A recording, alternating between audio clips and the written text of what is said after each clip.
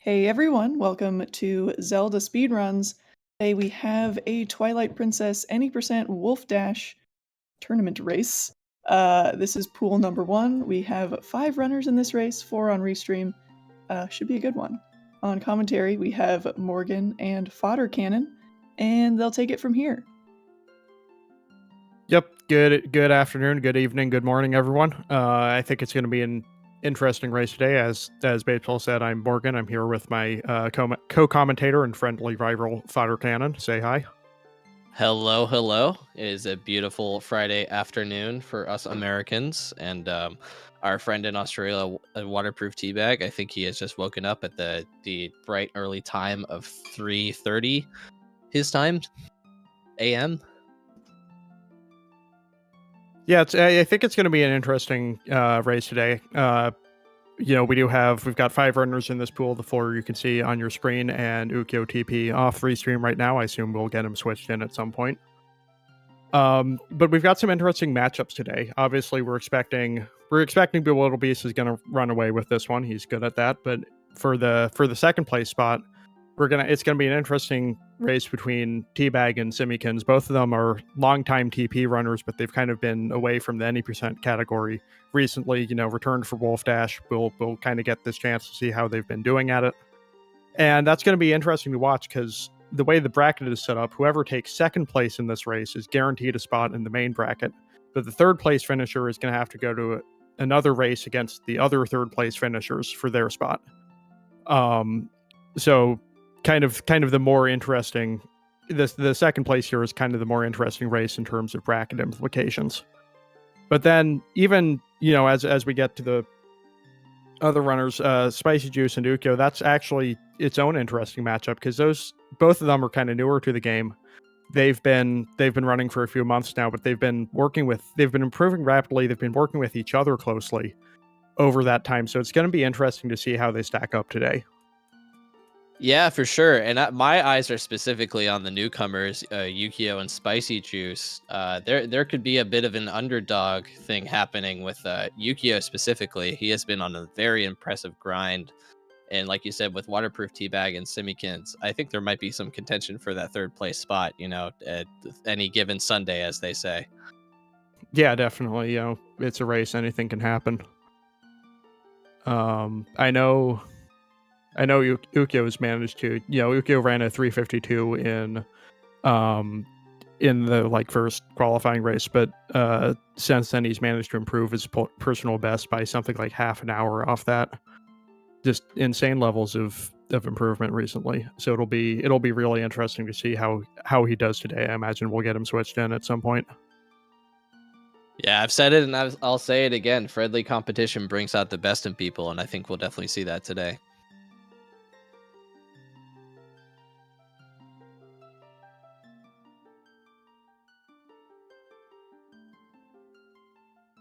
And while we are waiting for our last racer to be ready, I have developed a bit of a side game you can play if you're watching at home called Wolfdash Bingo.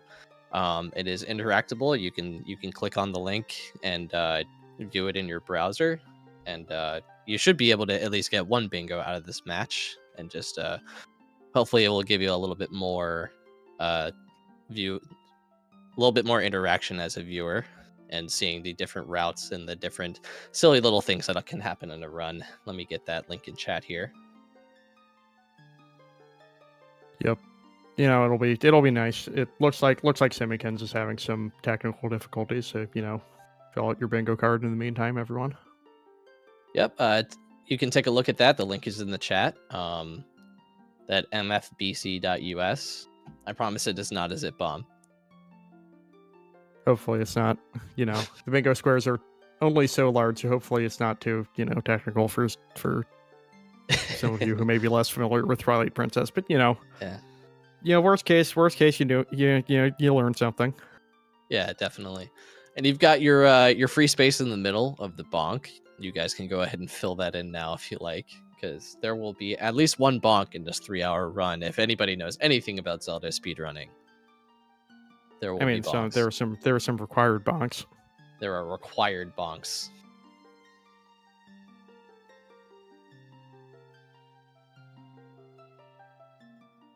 Kermit jump is the jump down to aerial photos room in City in the Sky. That's correct. I think it is also referred to as skydiving. Where did my commentary page go? There we go. Okay, it looks like Simi has managed to get the game back running.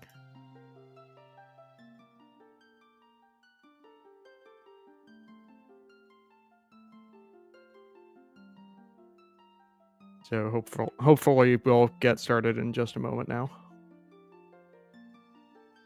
Yes, if Skyrion invented the jump in City in the Sky, it would be a lot cooler to call it skydiving. Yeah. Although I'm sure they have done it at least once.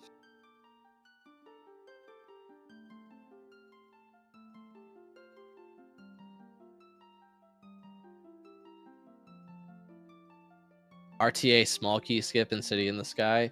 Jeez is unfortunately not in this pool, or I'm sure that's something he may try in a run for memes. All right, looks like we're counting down now.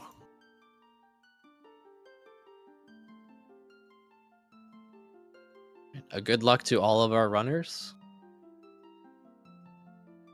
Oh yeah, shout out to Madeline for the bracket page that Baseball just posted. Yes, that bracket page is very comprehensive and will have times and some various stats, including Zelda time or Zelda cycles, excuse me, for Puppet Zelda. Yep, maintained by one of our community members.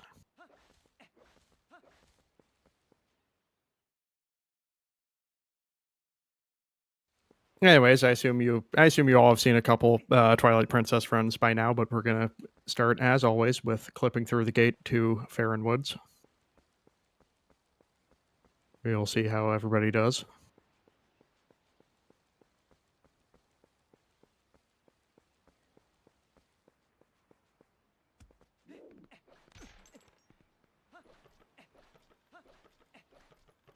Like three really fast gate clips. That's nice. That's what you want to see. Oh, and Teabag unfortunately jumping off and falling in the void on the gate. That's not how you do back in time. He was so excited about being part of this event that he just jumped for joy.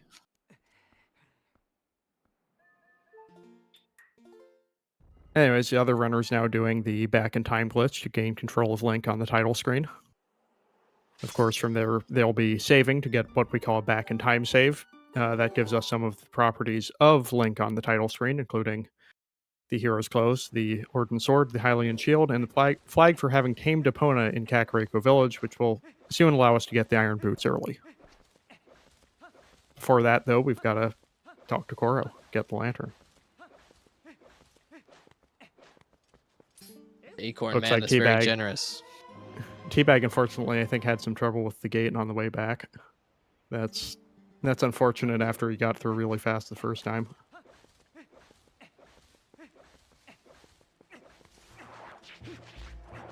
Still better than I did in my seeding race. I think I took about 2 minutes to get through that gate. Sometimes the gate just isn't nice to you. It's you can get better at it, but you can't get perfect at it. It's really one of those things.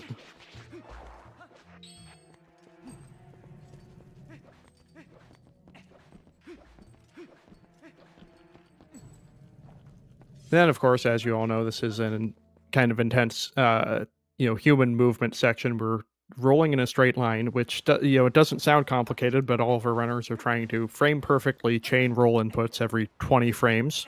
That gives you a significant speed boost if you manage to pull it off. And most of them are gonna, have that made even more difficult by the high amount of lag in this area of the game, which changes how long 20 frames is, and they're gonna have to change their roll spacing to try to keep up. Although I will point out that Spicy Juice is actually doing this run on emulator, and they won't have that issue today. That's true. This is the first time they've seen the load remove timer in the top right that would indicate that they are on emulator. Yep, if you're wondering what that is, that's just tracking how much time they're spending actually playing the game. It evens out load time differences across different emulators and allows us to maintain an accurate emulator leaderboard. kind of a new thing we've gotten in the past 6 months or so for this game. Huge fan. If you're looking at playing this game, you don't have a working disc, it's the way you can get in now. Yeah, I would highly recommend that for somebody that has the means. All you need is a Wii and an SD card to get started in running the GameCube version of this game. Anyways, looks like Beast will be the first to make it to the cage. And a Very GameCube good controller. time.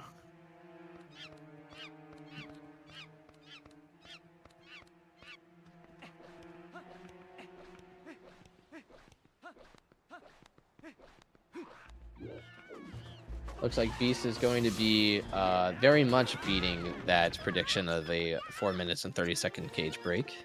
Yeah, 350 cage break in a race that's incredible. insanity. That's incredible work by Beast today. With safe back in time. Yeah, as that's opposed to jumping wow. off and item buffering, which is very much more risky than hanging off of the bridge. That's incredible.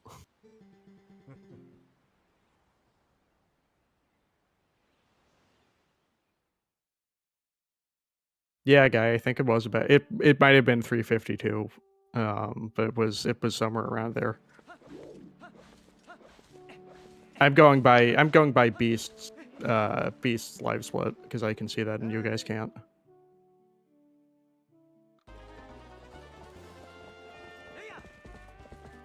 Yeah, when the commentators run out times, we're able to see the streamers' times that they have on their individual setups. So they're going to. Though it appears Beast is significantly behind the.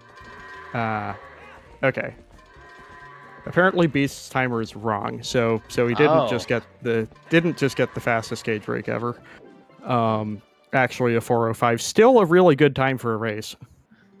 So Bewildered Beast is a cheater. Yeah, we're gonna have to get the speed police on this one.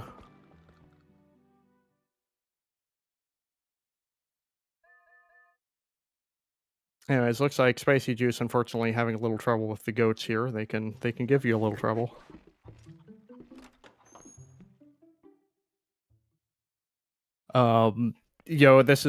This whole early game section is full of RNG segments and stuff like that. We've got the gates kind of inconsistent. We've got the goats, which the positions of the goats are set, but their behavior changes from run to run. And then Beast is on his way to wrestle Bo for the Iron Boots, which is essentially playing rock, paper, scissors for 2 rounds. So this is a question that I've always had. Is their position that the goats start at always the same? Yeah, the goats start in the same positions. Okay. I struggle with object permanence, and I swear some of the goats are facing different directions when the minigame starts. Nope, they can. If you have a goat that's going to react to you from a long distance, so it can just kind of turn around or move a little, and then by the time you get to it, you're like, oh, that one's not in the right position. But they do start in the same place. Good Bow 1 cycle from Bewildered Beast there. He's got good got the good RNG to get the slap, and then he's he's gonna have to mash the A button between 12 and 15 times a second to knock him off in 1 cycle. So even though it's mostly RNG, there's still a significant skill component to getting a really fast bow, which it looks like Beast has. That's very good for him.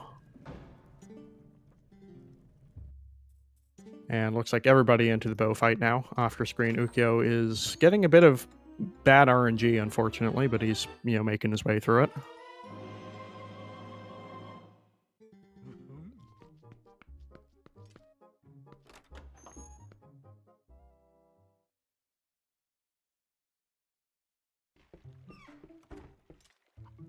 To me with a 732 Iron Boots, which is very respectable in a race as well. Yep, anything in a race context like this, anything faster than 8 minutes is pretty good. It looks like several runners. Yeah, just Simi and Beast actually are gonna get that. So they've got a pretty good lead so far, but the lead can flip around many times in this early game section here.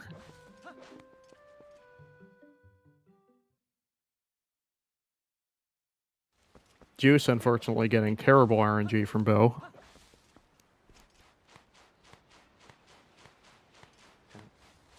Yeah, there are some times where Bo just decides to sidestep every single thing you do. Yep. It's, you look up the probabilities for it and you're like, there's no way he can sidestep me that many times and somehow it still happens.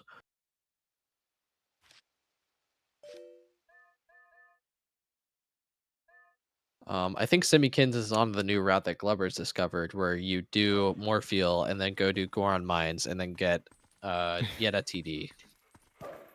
Or no, that's backwards. Well, You that's get Yeta not the order TD you'd and have to then do do those in. Goron Mines.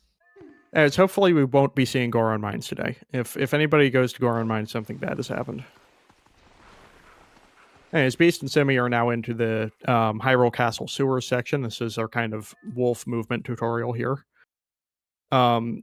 It's fairly straightforward, but there are a couple nuances that we'll have to consider. Wolf Link's dash is on the timer. Once you dash, you can't dash again for I forget exactly how long it is, but some amount of time.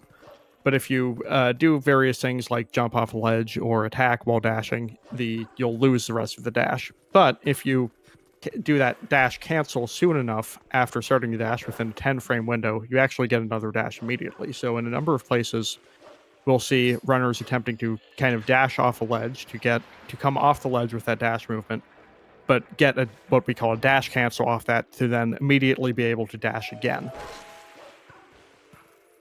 It's a little easier than, press A every 20 seconds of human rolling, but it's still something that our runners are going to be thinking about at basically any point that they're, moving long distances as Wolf Link.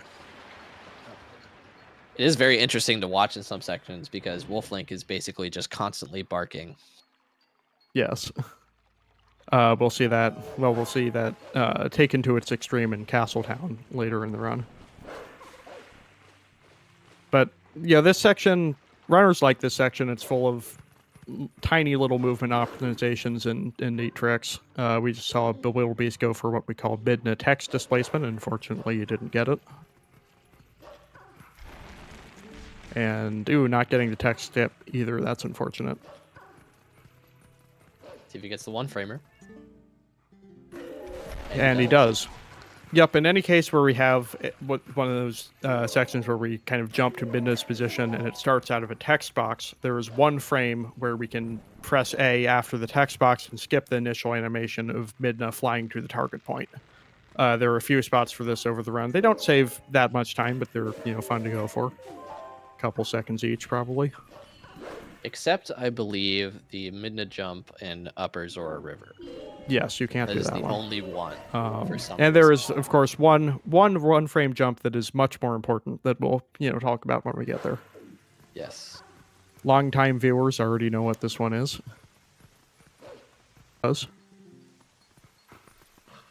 Yes, Chad, except for that one spot where it doesn't work for no reason.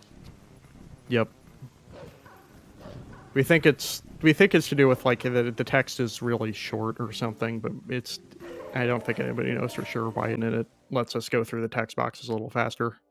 It's like they did get the text skip where we jump at a precise angle there to skip the text of Midna saying, "Hey, you idiot, you jumped in the water," by not jumping in the water.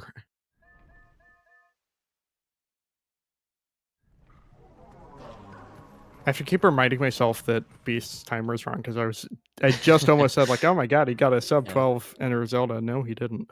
I am not going to remark on Beast's time for the rest of the run. I mean, he's still having a hell of an early game. Make no mistake. Yeah, need to get out my calculator.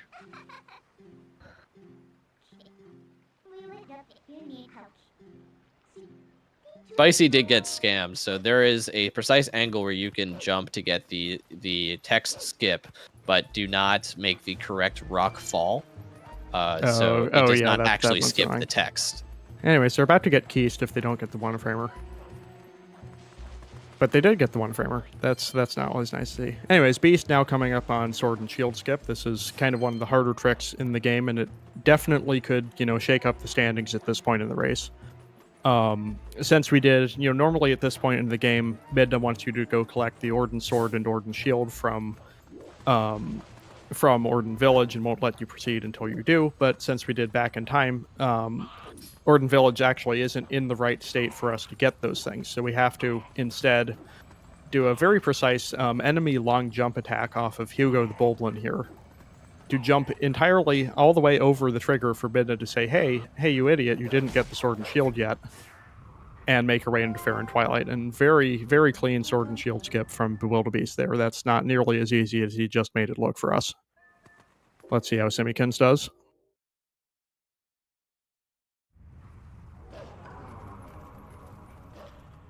Also good. That's impressive.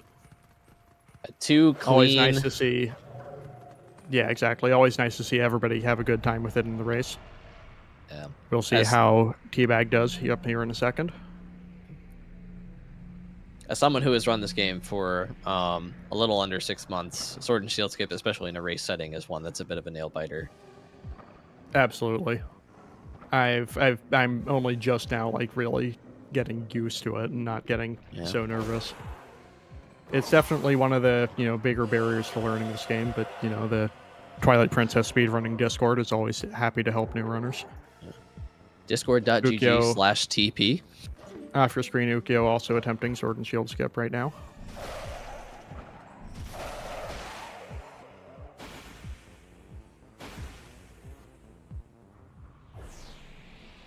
Thank you, Baseball, for the link to the Discord for Twilight Princess and also for Zelda Speedruns. Some great information on both channels. Then Beast and Simi have made their way into Fair and Twilight, but I believe they're both going to be completely ignoring the, objective there. Good sword and shield skip from Teabag. That's nice. But wait, Morgan, how are they going to warp the bridge?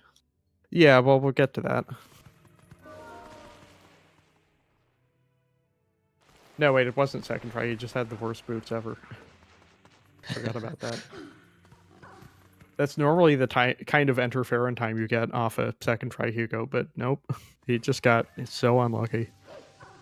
Ooh, and unfortunately Juice not having a good time today. That's unfortunate.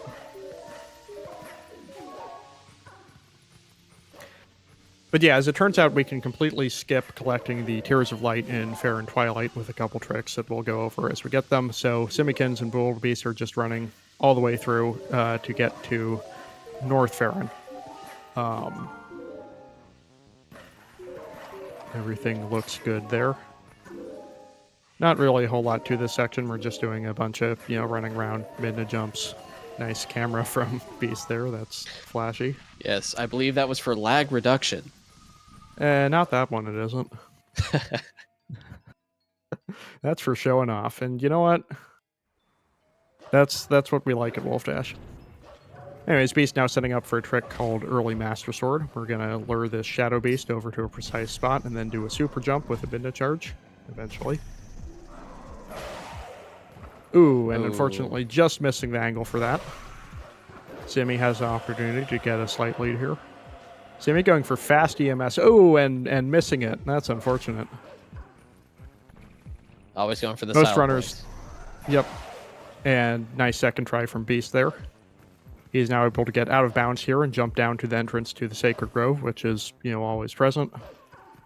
And from here, he'll be able to make his way to the Master Sword. One thing that's consistent about these older 3D platformer type games is whenever you're on a tile, even if you're supposed to get to it hours later casually, the platforms are still there. Yeah, definitely, if you can... There's not a lot of, checks to make sure you're actually in the right part of the storyline or anything. If you can get there, you can get there. And we have ways of getting places. Spicy getting second try, sword and shield skip, I believe. Yep, and off-screen Ukyo also making it to sword and shield skip. Looks like he's about in the same place as Spicy Juice, so that's nice. Let's see how Teabag does with Early Master Sword.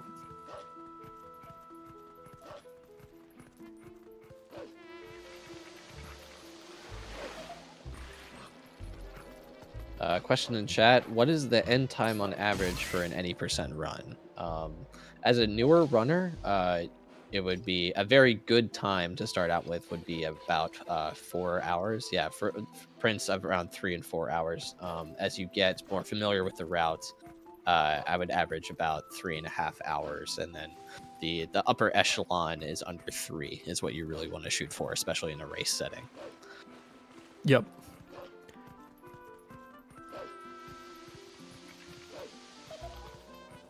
Yeah, we kind of hold the 3-hour mark as the break point for that's when you're getting really good at the game, when you can get sub 3. But past that, people have set I don't know if Madeline has the average Wolfdash race time, but we've had everything from 2 hours 52 to 4 hours 43 so far. And Teabag, with a bit of awareness, realizing that he was at half of heart and getting a heart before entering the chase, because if you die before entering the Skull Kid fight, or I believe during the Skull Kid fight, it will put you back at the beginning of the grove.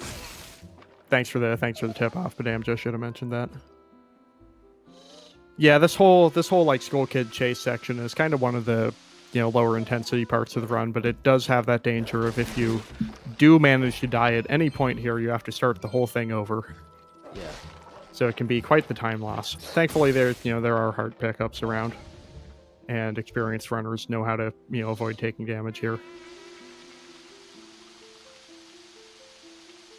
Yeah, one of the quirks about Zelda runs in general, and TP specifically, is this is one of the sections where it is fine until it's not.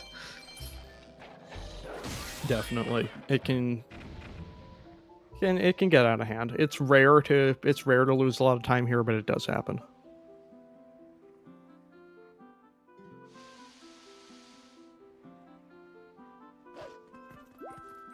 I also don't believe I see any runners on the French version of the game, so they are going to be needing to get rupees along the run to get 300 and warp the cannon to get into City in the Sky. Yep, some runners are on the German version, which has slightly faster text, but that's it. Spicy Juice trying to jump into the Sacred Grove using an angle setup and just barely missing the ledge. I believe they hit an invisible did he void wall out? there. That's unfortunate. Yeah. It seemed like they slid down. That out of bounds jump down to Sacred Grove is kind of harder than it looks. It's very easy to void out or hit a wall if you get the wrong angle on it. Looks like Beast does know how to do the Master Sword puzzle, so that's good. Can be kind of challenging the first time you see it. Yeah. Yep, the puzzle is horizontally symmetrical, so you can do it either way, though I feel like most TP runners prefer going left side first, just as it happens. And he's the first to the Master Sword at about 21.5 minutes. Again, I believe it was a 21:35, it looked like. Something about that. The timing won't be second precise because of the stream delay, but somewhere around there. Right. Also sub 22 from Simi, that's nice. Simi's definitely keeping this one close early, that's nice to see. Meanwhile, off your screen, Ukyo has made it down into the Sacred Grove. He's about to get the second hit on Skull Kid. So definitely gets the early lead over Spicy. Oh no, unfortunately, Spicy Juice, I believe, game overed when he voided going into Grove, yep, so he had to start at the beginning of Theron and having to do it's very unfortunate to game over during early Master Sword. It's happened to me before, when I was kind of newer at the game, and definitely not anytime recently. Yes, I have definitely not done it in a recent run. But yeah, it loses a couple minutes at least from having to run back up. Let's see if Jamal has pity on him, and he does. And he does. Hopefully he gets a good jump down this time. That looks... Oh, why is he going for it over there? Unfortunate. That's like the... No, he's... That's interesting from Spicy to go for the jump from that side. That's you don't usually see people go for it over there because it is a lot more precise.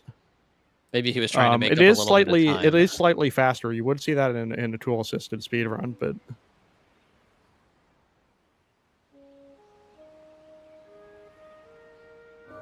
We now have 3 runners in the Master Sword cutscene. Yep, one of the longer unskippable cutscenes in the speedrun. Unlike some other Zeldas, you can skip most of the TP cutscenes. Which is, it's nice, but it makes the ones you can't skip feel that much slower. Right. And with games, I mean, with most games, it's seemingly inconsistent which cutscenes you are able to and not able to skip. For instance, some of the cutscenes of the barriers around messenger fights dropping in, you are able to skip, and others you are not. And some don't have cutscenes at all. Spicy Juice has game over again, so that's very unfortunate for them. Come on, Spicy, you got this. You got this, man. Push through it. Push through it. Anyways, Beast and Simi. Oh man. We got the swag from Simi today, clipping through the Farron Gate instead of digging under it. That's Very impressive. nice. That's from Very his. I know exactly where he got that. That's from his Master Sword RTA PB, which was the world record for a long time. Actually, faster. It is faster. It's I forget how much faster. Yeah. Maybe half a second or so. Need to add that to the bingo card. That's yeah. Hat tip Simikins. Anyways, both of them are on their way to the Forest Temple now. Oh, and Simi unfortunately voiding out in the purple mist, which is it's not faster.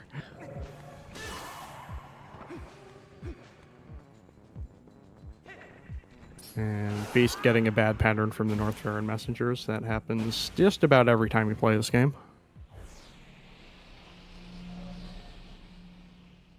I'm not sure that was commentator's curse, but that was close.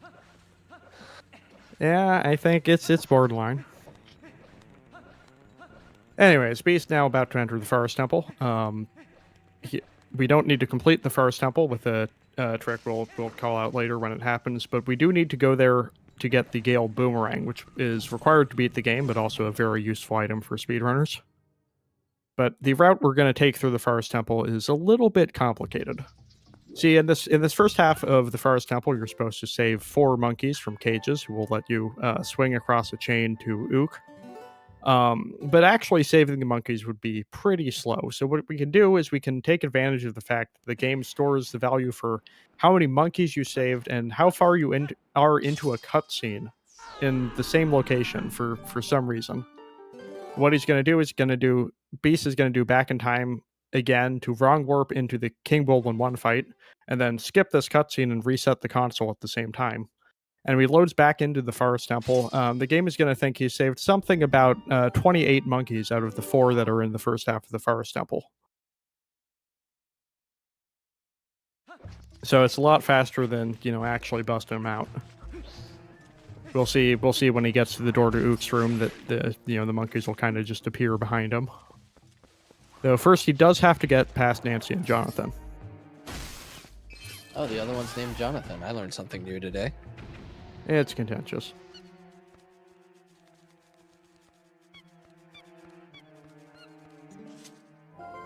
This section, again, a little bit harder than it looks. The spiders can be unfriendly, though it looks like Nancy is being nice to Beast today. Nancy being very nice to Beast. Since we don't have the slingshot or any other ranged weapon, we do have to kill the spiders with Deku Nuts, which is really just, it's unreliable. The collision on the Deku Nuts is really janky, and sometimes it can just go straight through the spider and break on the wall. Hopefully we won't be seeing that from anyone today, but it could definitely happen. And Spicy finally let's go Sacred Spicy. Grove. That's great. And off your screen, Ukyo is just warping away from the Master Sword cutscene now. And Beast reaping the reward of the back in time and is able to swing across the monkey chain to Ook directly. That trick can be a little nerve-wracking if you're new, because you don't know if you actually got the monkeys until you open the door to go outside. Yup, and if you didn't, it's a couple minutes to go back and set up back in time again and do the cutscene skip correctly. Then another interesting thing to note is that value that Beast had set up is actually still set to a high value, and that'll be useful later in Lakebed Temple. See me unfortunately having to kill both spiders, but not getting trolled by the Deku Nut, so that's nice. Let's see how Teabag does. Looks like Beast getting a sub 30 boomerang, which is very good. Yep. Teabag also not falling victim to the Phantom Deku Nut.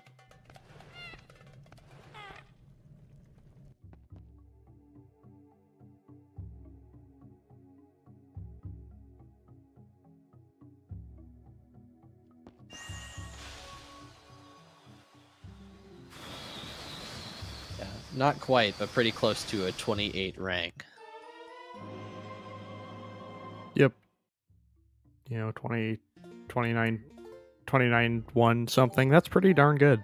Like Beast's on a good pace for this. And now that Beast has the That's boomerang, he could do something that is ridiculous. Yep, we all know what the boomerang lets you do. It lets you boomerang long jump attacks. We'll be seeing our first in a few minutes.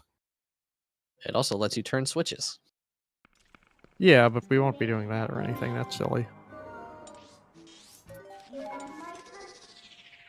See, at this point of the run, we haven't completed Fair and Twilight or the Forest Temple, and normally Midna will prevent us from going out to Hyrule Field until we do both of those things. But thankfully, similarly to how we jumped over the Midna trigger blocking us from getting out of Orden before we had the Sword and Shield earlier, we can also do a long jump attack to get out of Fair Woods before we're supposed to.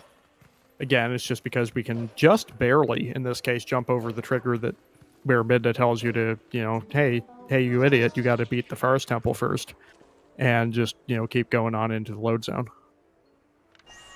I don't think the boomerang is used a single time for its intended use throughout the run. I don't believe so, no.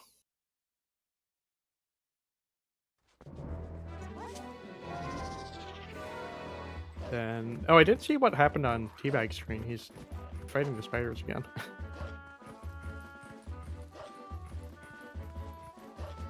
Oh, I also was not watching Teabag. My assumption is that his... I just assumed he had gotten through it. Maybe his back in time was unsuccessful. Yeah, not certain. He's going for a quick LJA to skip the postman. That will give you mail. Beast does not want his mail. That's true, Jaquaid. He could do that. That'd be funny.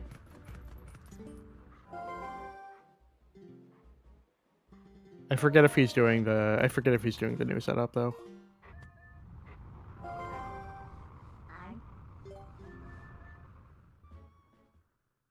Anyways, Beast now on into Elden Twilight.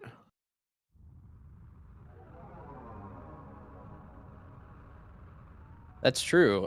They may use the boomerang in an intended way to carry a bomb up to one of the stalactites so that they can unload their bomb bags later. Probably we won't see that. There are a couple places where you might throw a bomb with the boomerang though.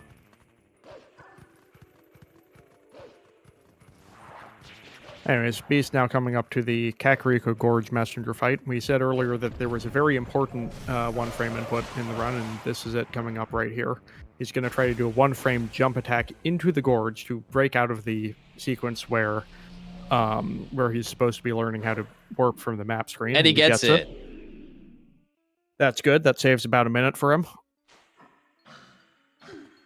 So what that lets you do... Go ahead. Instead of having learned map warping and being forced to warp back to Fair Woods before we really want to go back there, Beast is instead going to be able to proceed directly to Kakariko Village and get its warp portal. Though, we're going to have a bit of a time getting there. See, we can't warp the bridge back to the gorge until we complete Fair and Twilight and Forest Temple, but having done neither of those things, we're instead going to do this cool trick called Rupee Roll, where we pick up a yellow rupee in the boomerang, get a long jump attack to the boomerang, and use the yellow rupee to cancel our momentum to kind of stop on top of the fence. And then we can do some more out-of-bounds movement over here. And use another extremely long jump attack to get all the way over the gorge. Perfectly executed by Beast. Yep. That's it. It's not the hardest trick out there, but it's especially doing it quickly in a race. It can get to you. But Beast knows what he's doing here. Then you'll be seeing him taking a kind of strange line around this section to avoid a very large cutscene trigger that will take him into the first King Bulblin 1 fight. We don't really want to fight King Bulblin 1 ever, so we're just going to walk around that. Thankfully, it's not. I don't think anybody is running back in time, or running back that. I don't think anybody's running bite route today, unfortunately, Fodder. The cursed route can't even. Oh, let's I see just how had a Simi small does with power Gorge Void. surge. Simi still also here? getting Gorge Void. Yeah, you're still here. My power just flickered. Well, And looks like off screen Ukyo is just getting the boomerang now. oh, Let's see how Simi does with Rupee Roll. I know what happened. It should not happen again. Cool. Meanwhile, we've got Beast running back to the gorge to finish the map warping sequence. We do need map warping to complete the run, so we have to get it at some point. And at this point, now we want to go back to Farron anyways, so we might as well use this force warp sequence to do it. And Simi just did an altered version of the Rupee roll where he locked onto 2 points on the fence and then did a jump attack in between the two. Yep, that's some runners prefer to do it that way. That kind of replaces the aiming precision with timing precision compared to the other setup. It looks very swag. Then on Spicy's screen, you just saw him enter first person briefly before transforming. That saves a couple frames of animation when you're in wolf form with Midna on your back.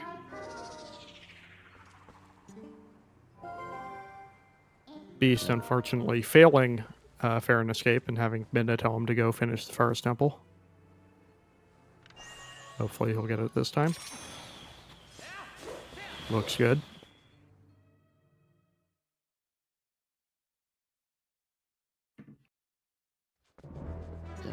Farron escape is one of those things that feels more precise than it is. Yep, there's people have differing opinions on it. Anyways, Beast is now going to Lanayru province, which he's not supposed to be able to do until he's finished Elden Twilight and the Goron Mines dungeon. But it turns out the only thing stopping us from going to Lanayru early is a gate, and as many runners have been demonstrating so far, gates kind of don't exist in Twilight Princess.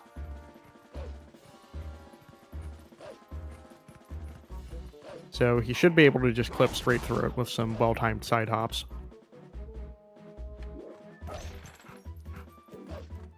That's very clean. Second hop's about as good as you can get there. You can't get it on the first hop, but it's kind of funky. Oh yeah, looks like Simi is doing Elden Twilight first for some reason. I'm not quite sure why he's doing that. He did get Gorge Void, I believe. He did get Gorge Void. I mean, I guess there's no reason he can't do it. Well, it means he won't have map warping from warping away after Elden.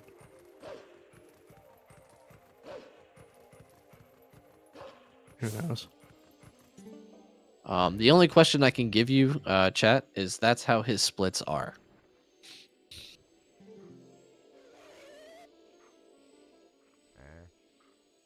As long as he gets map warping at some point, it'll be fine. Right. Probably. I imagine he will finish Elden Twilight and then run out to the portal. Well, can you? The trigger might go away if you do that. That is a good question. I do not have the knowledge to answer. This might be a bad decision from Simikins here. Speaking of bad decisions, here's Bewilderbeast going for Kargarok drowning. It's only bad if it doesn't work. He got away with it.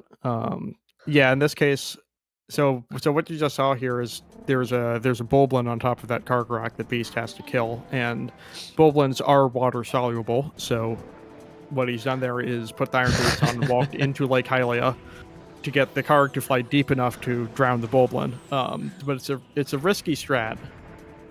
It's a risky strategy because if the Karg Rock grabs you during that process, your game will crash.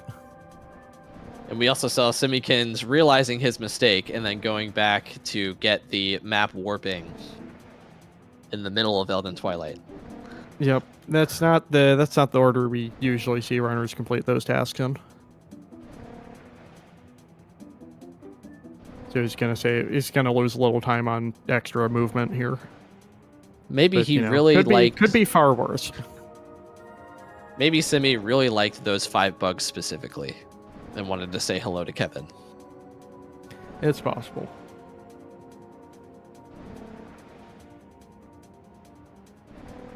Yeah, unveiling a new route in Wolfdash and telling no one would be crazy.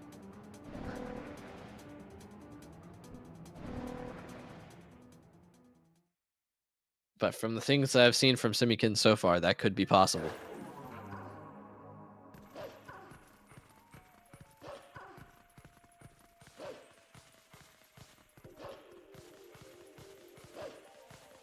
Teabag successfully getting a rupee roll. Oh, actually, here's a neat thing. Since Simikins has the Elden Vessel right now, the Tier of Light positions in Farron are actually shown on the minimap.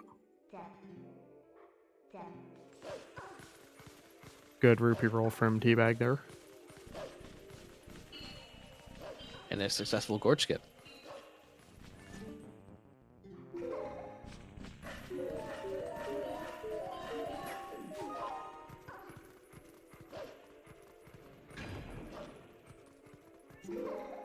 Yeah, the good news for Simikins is it doesn't really matter that much what order you do some of this early game stuff in, so he shouldn't lose too much time other than, you know, the extra time spent running back to the map warping trigger earlier. Yeah, and to the debate in chat, I believe it would be faster, even though he is halfway through Elden Twilight, to go to Lineru at this point, because if he teleported to Elden, or to Kakariko, he would have to do another Farron escape. Yeah, that's my understanding. See how Simikins does with the Linear Gate here. Bit of trouble. He's getting the Zoro Domain warp portal and going back to the Kakariko village to start Elden Twilight. You know, when he's supposed to. Debatable. Simikins through the gate into Linear Twilight now.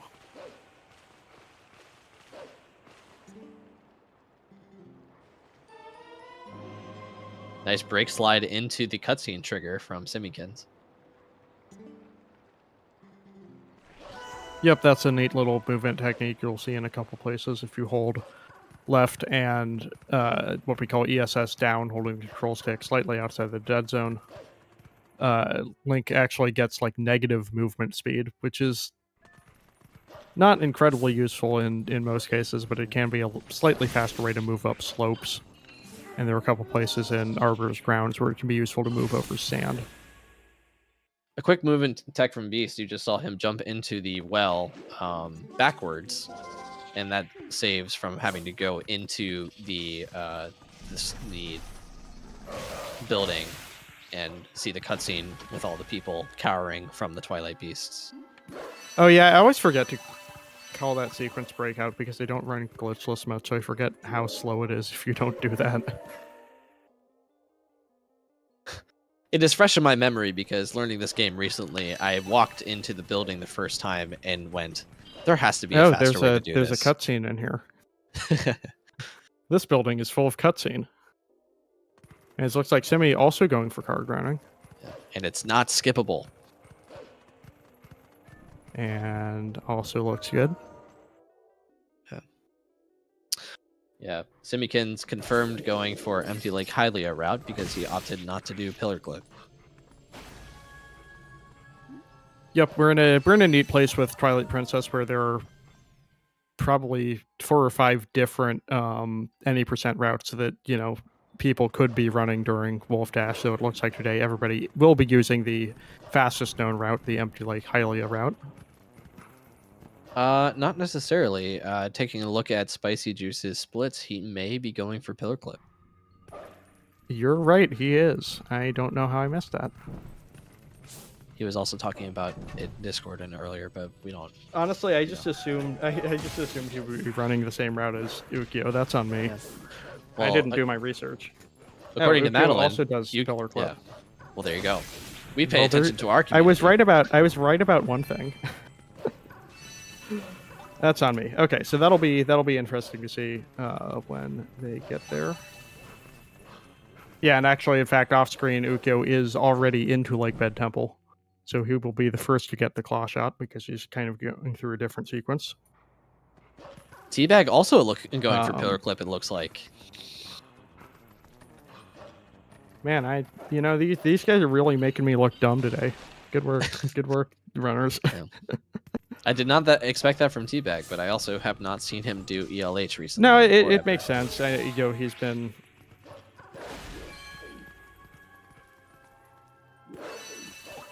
But yeah, no, this will be fun to watch here. So Teabag is gonna clip through, use this pillar to clip out of bounds here. And that's very fast.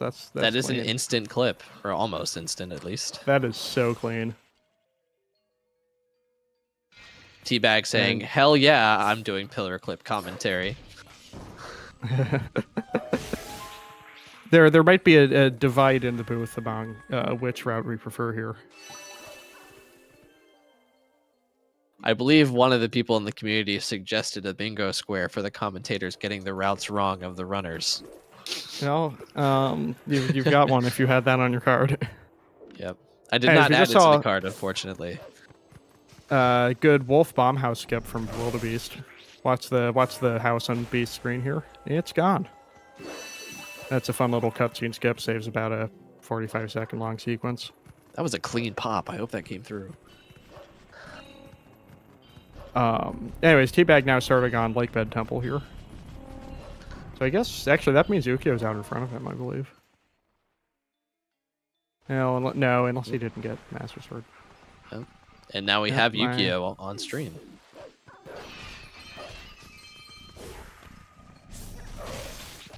I am not sure, Madeline. I assume probably.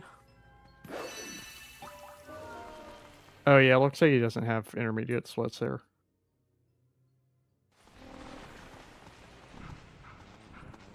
We'll see when they meet back up again at Elven Vessel. Maybe Ukyo is the chat and decides he doesn't need Gorge Void.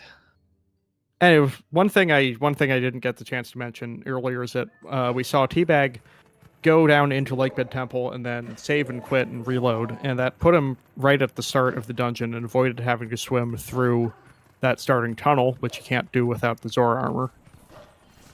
And in fact, we shouldn't see anybody getting the Zora armor today. It's not required to beat the game. We have a number of tricks, including that one, that lets us kind of avoid it. That save warp only works because we got the Master Sword early, by the way. And Teabag just picked up Uku, which will let him come back to Lakebed Temple later. On the Pillar Clip route, we do not have a way to kill Morpheal, so we need to leave and then come back with water bombs. Yeah, and the important thing here is we can't do that Pillar Clip kind of any later in the run, because the next thing we're going to do is beat Elden Twilight and Built the Ice in Zora's domain, which will raise the water level in Lake Hylia and make Pillar Clip impossible. Technically, it's still possible to re-enter Lakebed Temple with an Uku dive, but then you have to get Uku anyways, and it's not really practical for this route. Anyways, let's see how Teabag does against Deku Toad.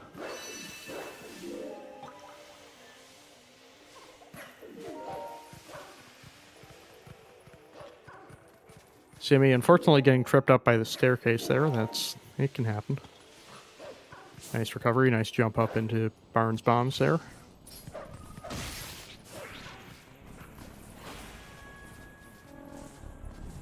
Yeah, for Jaquade, we do have other means of re-entering Lakebed Temple.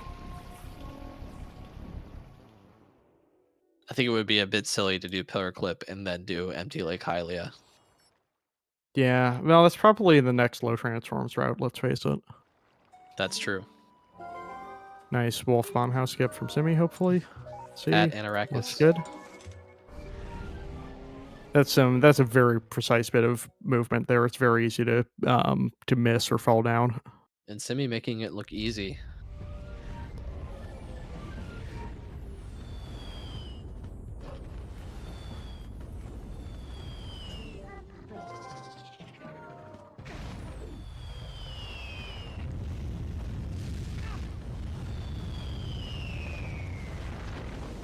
Then Now the little beast getting the typical Death Mountain welcome. And now that he has finished Elden Twilight, he can warp the giant. We call it a meteor, but I don't think it's quite a meteor. The giant smoldering rock, and send it to the Zora domain so that he can melt the river and start linear Twilight. Yeah, as Madeline pointed out, it's pretty hard to forget about Uku on pillar clip routes because otherwise you can't really get out of Lake Bed Temple to begin with. No one can forget about Man Chicken. Oh, did Beast get gamer side hop? I missed it. Looks like he did not. There's a 1-frame side hop you can get there to skip that meta text of Midna telling you that good job, you've melted the ice in Zora's domain. You've annoyed all of the Ocarina of Time speedrunners. So Teabag, now that he has gotten the claw shot, is going to ride the Karg, as you see Yukio, and continue on to get the Zora domain portal, and then go to Elden Twilight. Yep, I think we haven't mentioned it, but we've seen several of the runners clip the Karg rock out of bounds here to avoid a fairly sharp bend in the route that you can see on the mini-map. It saves somewhere in the order of 8 seconds. Yeah, in some places we say walls are suggestions, and in other places people have been mining for years to try to get a clip that is just not there. Yep. Yeah, TP has a number of, little time savers on that. It doesn't have so many big ones. Anyways, Beast now starting on Lanayru Twilight. I think Beast put it best in one of his commentary videos. Twilight Princess is equally as broken, if not more, than some of the Zelda runs. Just unfortunately not in as useful ways for going fast. Yep.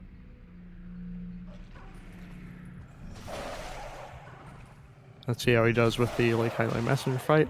That's clean.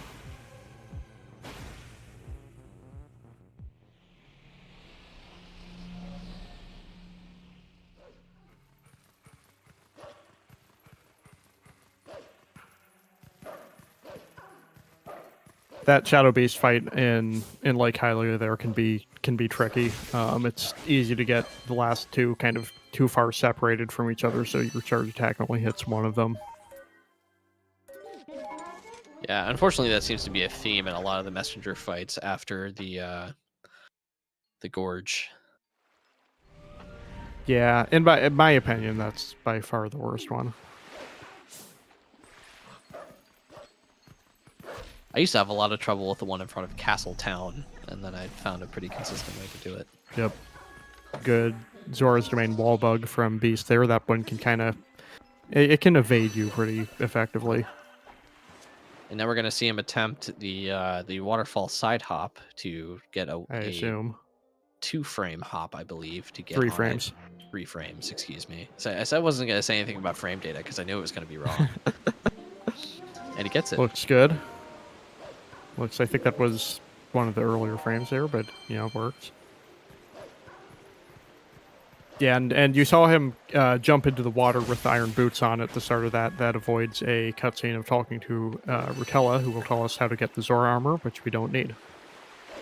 And then the side hop lets us get that bug at the top earlier.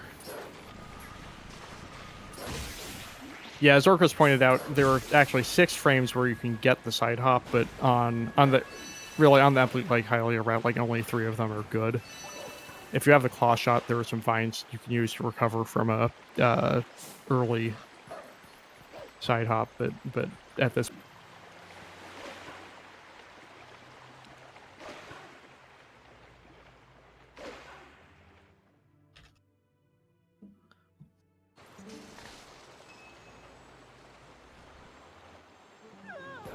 And Teabag also on his way to start Elden Twilight.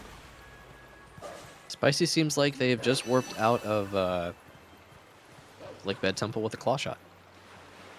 Pretty good.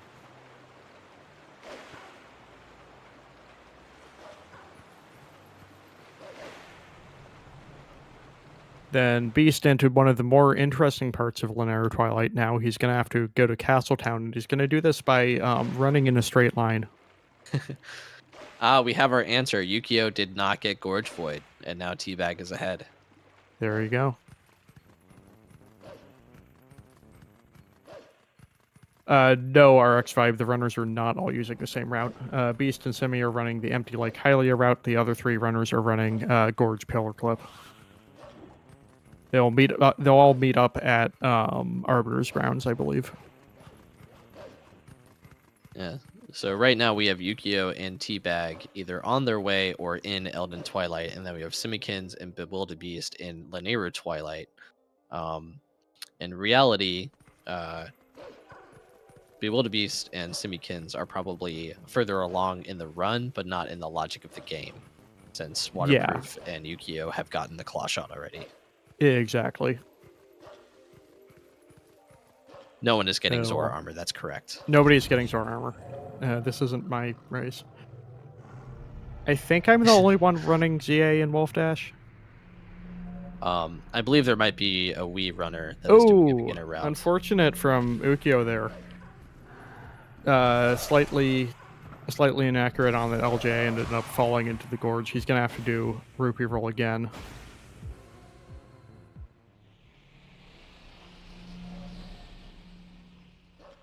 Yes, right, also... Garmal. Yeah, good point. Madeline Garm also runs CA because he's doing no save and quit.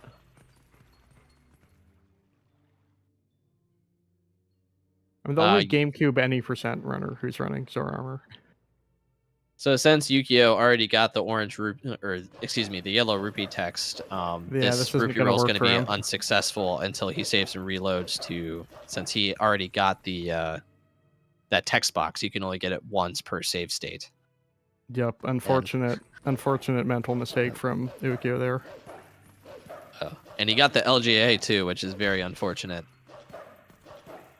Bit of mental whiplash there. It's easy to do. And I believe we saw Simi fail waterfall side hop and have to take the mid jumps back up. That's unfortunate. Fortunately getting no love from the lily pad bugs to make up for it. Using a Binda attack to kill one of the lily pad bugs. Yeah, you can do that. Simi knows the lily pad bugs, let me tell you. Hopefully Ukio gets rupee roll this time. Let's see.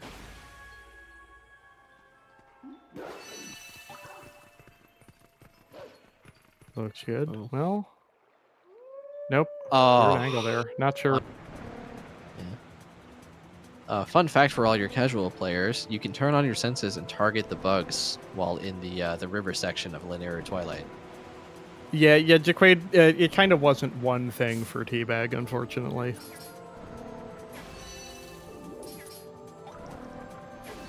But hopefully, I'm confident in Teabag. I'm confident he can, put it behind him, keep the confidence up for the rest of the run. It's all in the past. We still have a lot of game to get through. Yep, we're not even an hour in. We're probably a third of the run at most. Beast now bonking after having collected the 4th card bug because he actually wants to end up back at the start of the run again. Teabag also with a successful wolf bomb house skip.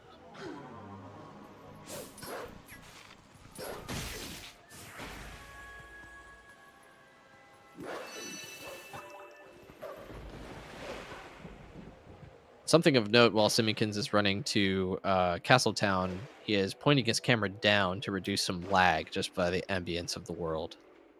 The little twilight sparkles in the trees in the background. Yep, lag management is a important thing in some spots in Twilight Princess. You'll see that again in the desert. and in a couple of smaller places.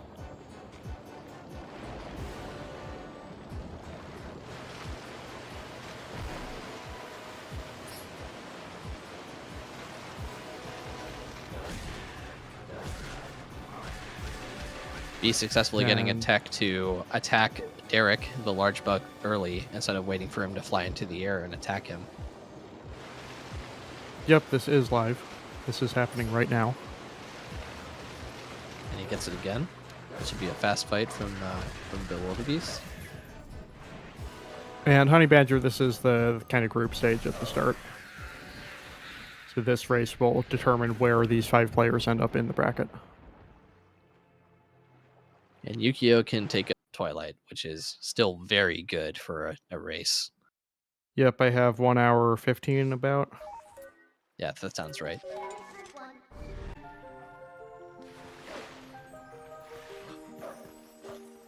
And Simi, looks like the Castletown bug was nice to Simikins there. That one can be frustrating sometimes.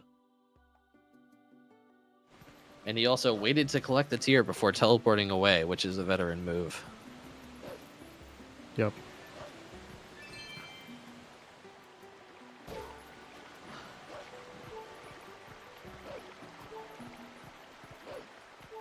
Yeah, good shout out from Taskmaster in chat there. The boss bug only attacks when you're facing it, so it's possible that we'll see... Beast didn't do this because he's cool, but it's possible we'll see some of the runners use that to manipulate the boss bug's attacks. Cast Beast's timer is inaccurate for this race. It was not a 59:47. Some technical issues with race time not actually starting for him. Yeah, he's about 15 seconds off.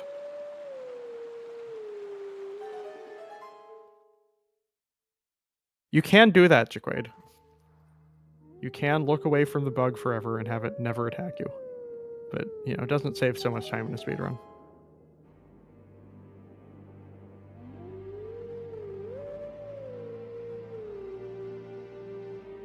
Anyways, Beast now howling at the Upper Zors River Howling Stone to spawn a Golden Wolf outside Castletown so he can later get the ending blow, which is required to beat the game.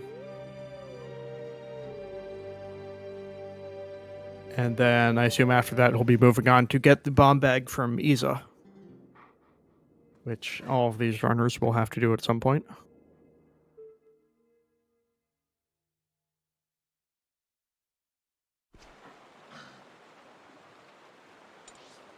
Yeah, notably, none of these runners that we have today have ever forgotten to get ending blow during a run. Anyways, what Beast is going to do here is do a precise position setup to be able to enter the Upper Zors River messenger fight as Wolf, which you're not supposed to be able to do. And then from there, he's going to do a very precise sequence of attacks on the messengers to defeat them as Wolf without access to the Midna charge, which you're also not supposed to be able to do.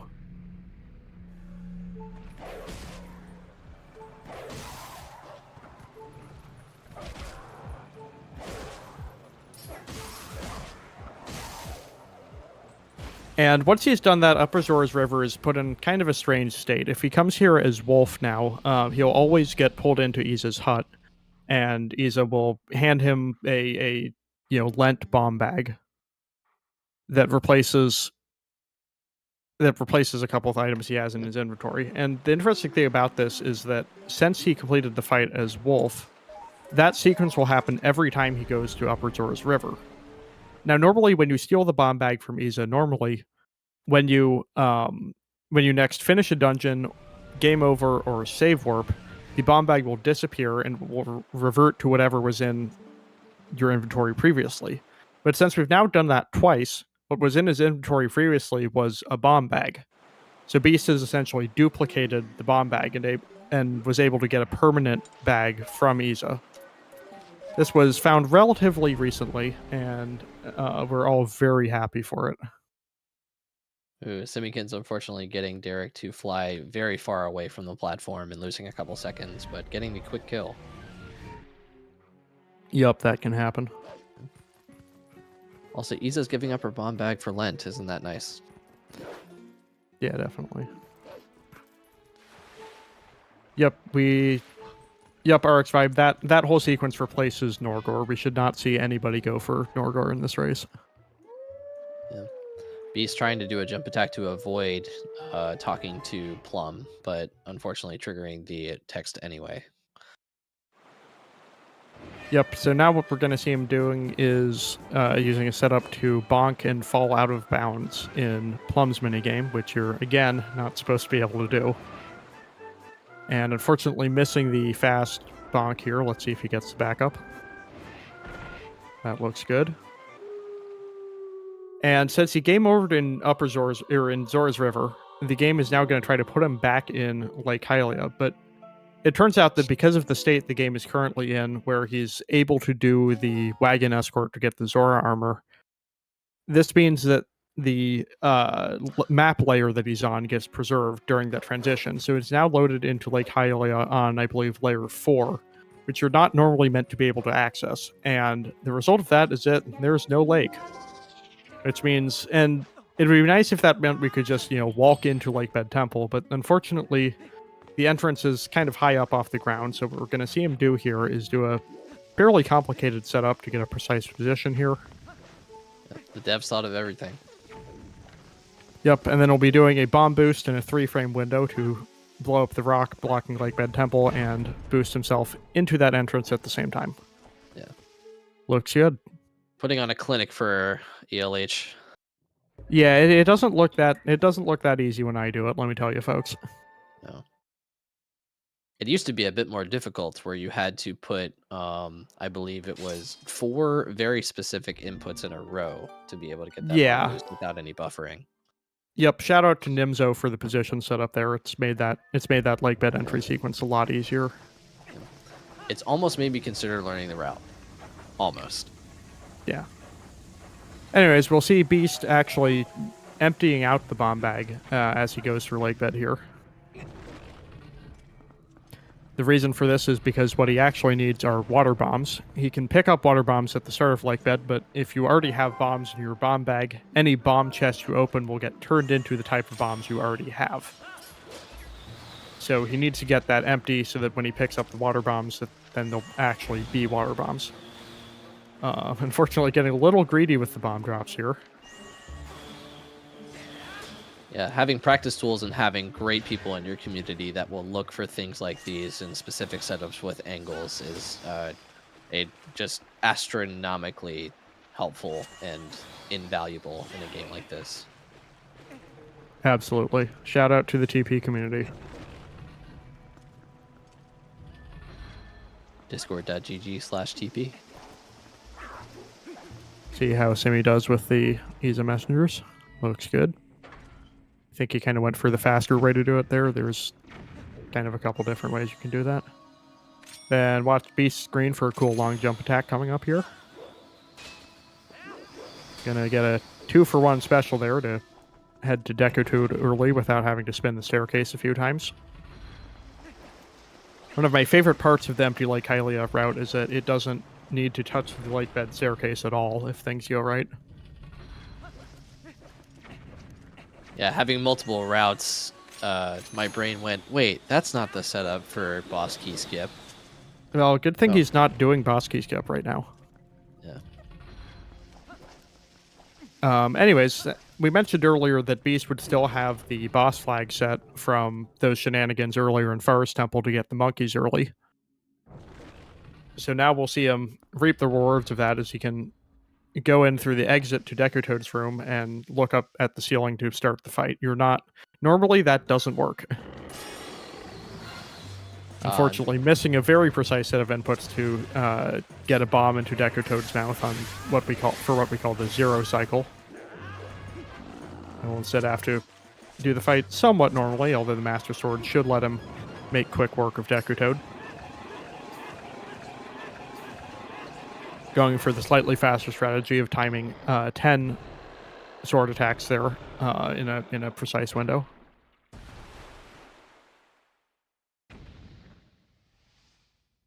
Yeah, if you have a Sunday afternoon where you have about 5.5 hours to spare, I would highly recommend Taskmaster's 100% task that was released recently. It's amazing. Crazy. Anyways, Beast finally getting the claw shot. It happens much later on the empty Lake Hylia route. And looks like Simi, unfortunately, having some trouble with the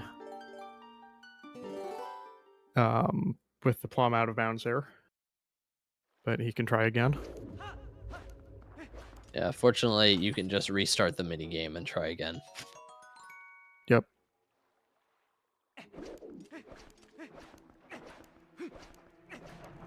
Yeah, that trick's pretty difficult. It's common in 100% speedruns where it's known as ESA 1 skip. Ukyo safely opting to not go for waterfall side hop and instead using the iron boots to swim out of the water there. That's much easier. It doesn't have a 3-frame window.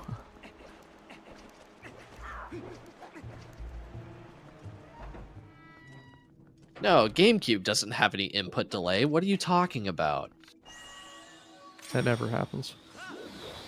Anyways, Beast now on his way to Morphle, having collected water bombs. He's going to do a cool clip into the bridge here to skip getting the Lake Red boss key, which is, several floors and a puzzle away from us right now. So saves probably several minutes at least to do that. Anyways, he's now going to try to fight Morphle, and he unfortunately doesn't have the Zora armor. But it turns out that with the water bombs, he can fight Morphle anyways.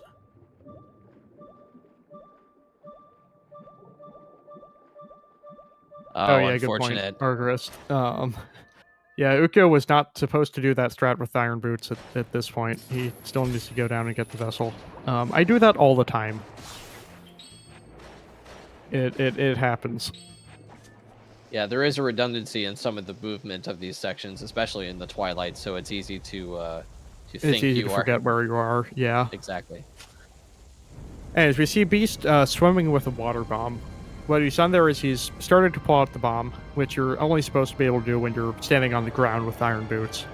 But he's pulled out the bomb and then equipped something over the iron boots to force unequip them, and that allows him to swim around with the water bomb.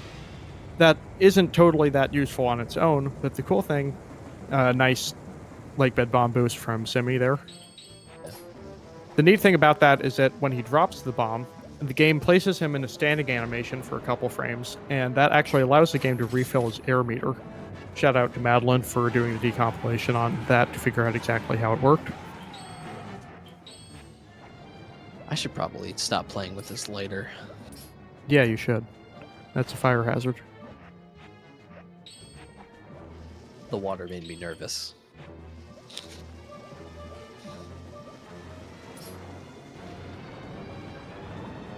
Anyways, hopefully Beast will be able to get a 2-bomb Morphle here, unfortunately getting sucked in.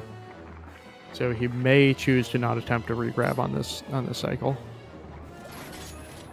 No, he's going for it. I think he's good. Yeah, he has plenty of air. Yep, that looks good. So nice recovery from Beast there. Yeah. It is possible to defeat Morphle with only using one water bomb, which is a bit faster, but it's kind of RNG dependent and fairly difficult. I believe we have seen at least one in Wolfdash so far from notable Cass.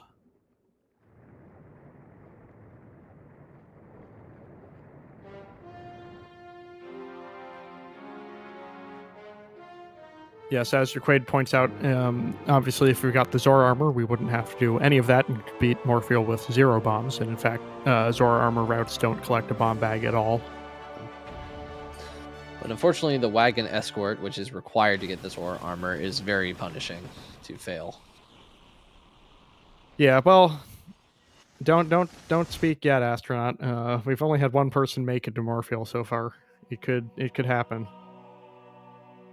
Hopefully we won't see anybody drown in Morphle. It's a significant time loss. It can be up to 4 minutes depending on what point.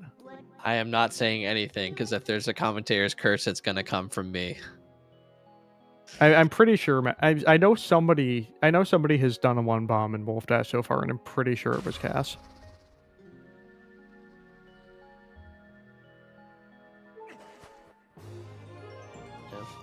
There are a lot of people who say if I have the RNG for one bomb, I will go for it, but it is generally considered risky. Oh, no, you're right. It was Nimzo. Of course it was Nimzo. Who else would...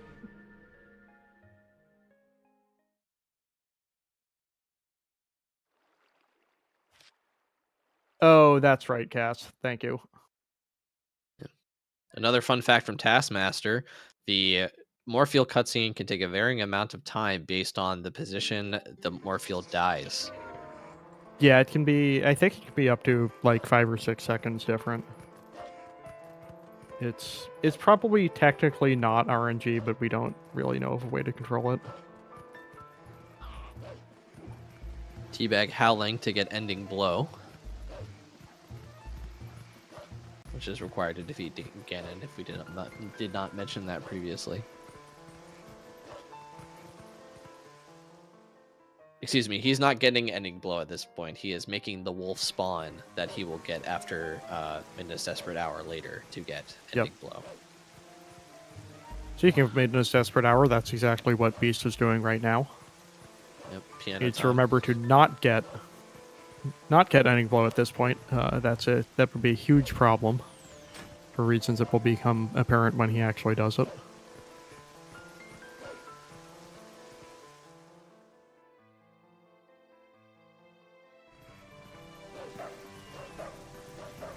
While Beast is in Castletown, the fastest way is to constantly dash and then be attacked to cancel the dash, because dashing normally is just very slow in Castletown as Wolf. Yep, Wolf Link's dash speed varies by which area of the game you're in, and in Castletown, it's the worst. Yep, just constant barking.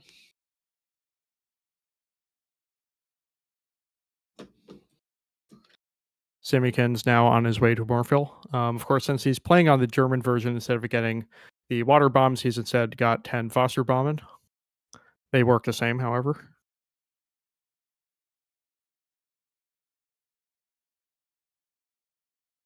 Looks like we're having some technical difficulties on the ZSR side, so I'll try to keep everybody up to speed with what's happening. It's like Beast did not get Louise glitch. Teabag kind of taking his time on the Isa Messenger fight, being careful. Oh, Yukio's in And City in the unfortunately Sky! failed it. No, he isn't. Oh. Ukyo looks like he's about to start the Castletown Messenger fight. Then Teabag going around again on Isa. Simikin's descending to Morpheal now for the next several seconds. Oh, good, we're back. Beast getting rope skip inside of the tavern. Oh, that's nice. That is a bit risky and loses probably about 5-10 seconds if failed. Yep. Probably closer to what? 10. Looks like it worked out for him. Yes, it did. Alright, should be back in sync on the commentary now.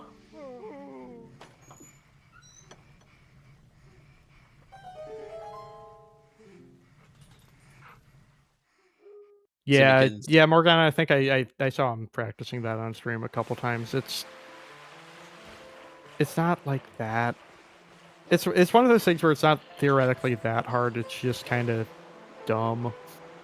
And failing it really sucks.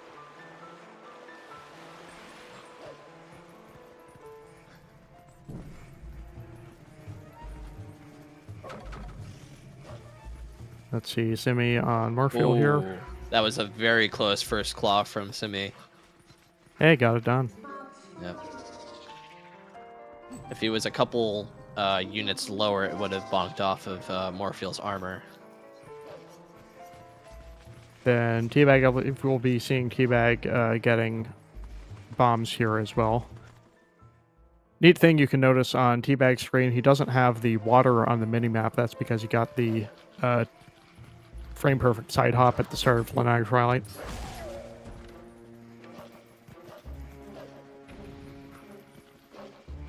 Oh, unfortunate. Simi missing the regrab for the final hit on Morpheal, but I believe he still has should be able enough to air. save this. Yes, he has plenty And of air sorry, still. I was incorrect. Teabag already has bombs. He's now going to Snow Peak Ruins, which on his route he does before finishing up Lake Bed Temple. And looks like Simi managed to recover there, so that's good. Yeah. That is a moment that requires quite a bit of recalculation for somebody that is newer. But Simi, of course, knowing how much air he had, expertly pulled out another bomb and was right in line to get the final hit on Morpheal.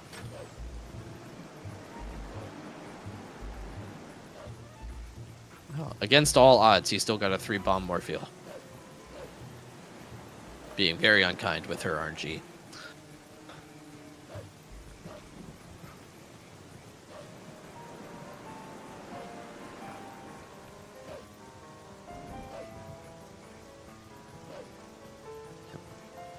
So Morgan mentioned it. This is a big divergence in the route.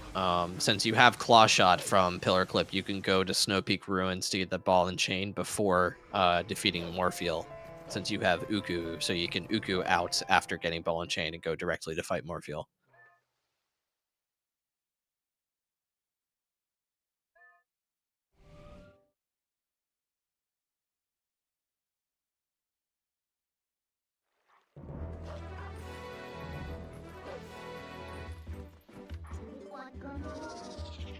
Yes, I believe save warping in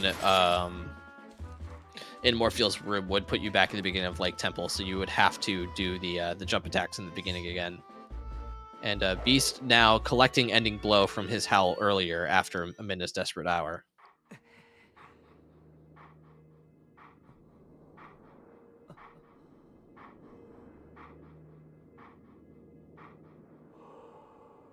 Yukio going to fight the final bug in Linear Twilight.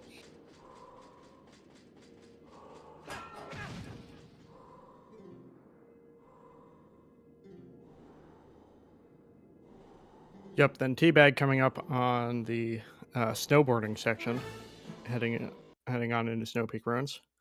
He's going to do an LJ here to skip fighting the Snow Peak Messengers. We don't need that portal. We're not going to come back here. Oh no, didn't get the LJ quite right and respawned at the start. That can happen. And then he's going to get keysed. Oh, yep. Keysed right into the Messenger skip. Yeah, so Teabag not getting Messenger skip. He's going to have to fight them for the portal. That's unfortunate. That's happened to me a few times. It's incredibly frustrating. Yeah. So he's going to be losing probably about a minute to all that. Anyways, we can see Beast just got the Ending Blow, and he actually, since it's the first hidden skill, the game actually puts him back in North Farron. That's why we had to be sure to not get Ending Blow during Midna's Desperate Hour, as we wouldn't be able to warp at that time and would have to run all the way back to Castle Down to finish it. One thing that is a benefit to fighting those messengers is you can actually see during the snowboarding section, and there are rupees that would not be there if you choose to skip the messenger fight. Yep. It's still much slower. Yeah. So Teabag possibly being able to make up some ground by getting the rupees during snowboarding and having a harder time failing it as long as he has eyes. Most TP any percent runners are well and used to blind snowboarding, however. Yeah. Most. I said most. Present company accepted.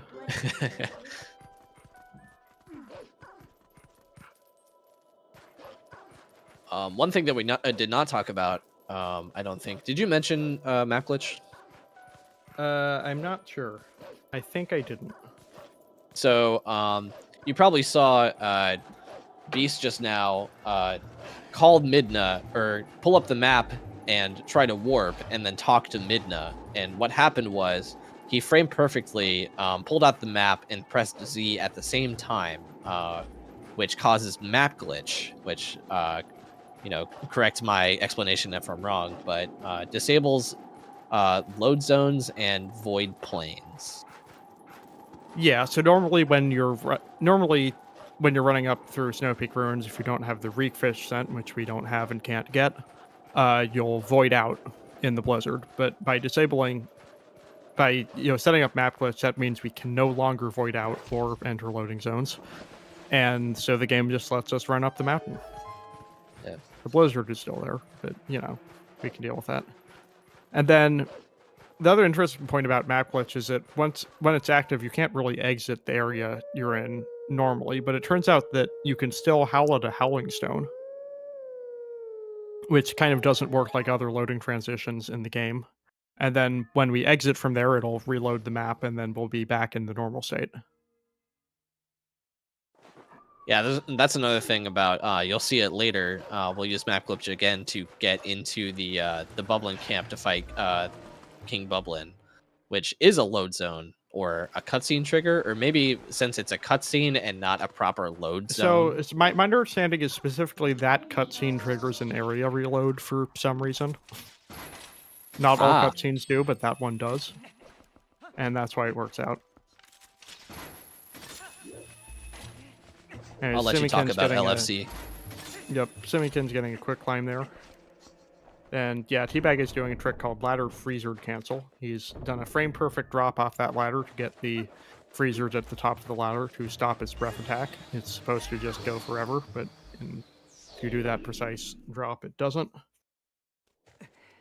And that lets him skip, about half of Snow Peak Ruins, so he can go directly to Dark Hammer for the ball and chain, and then he won't have to do the second half either. So we don't spend very much time in Snow Peak in any percent.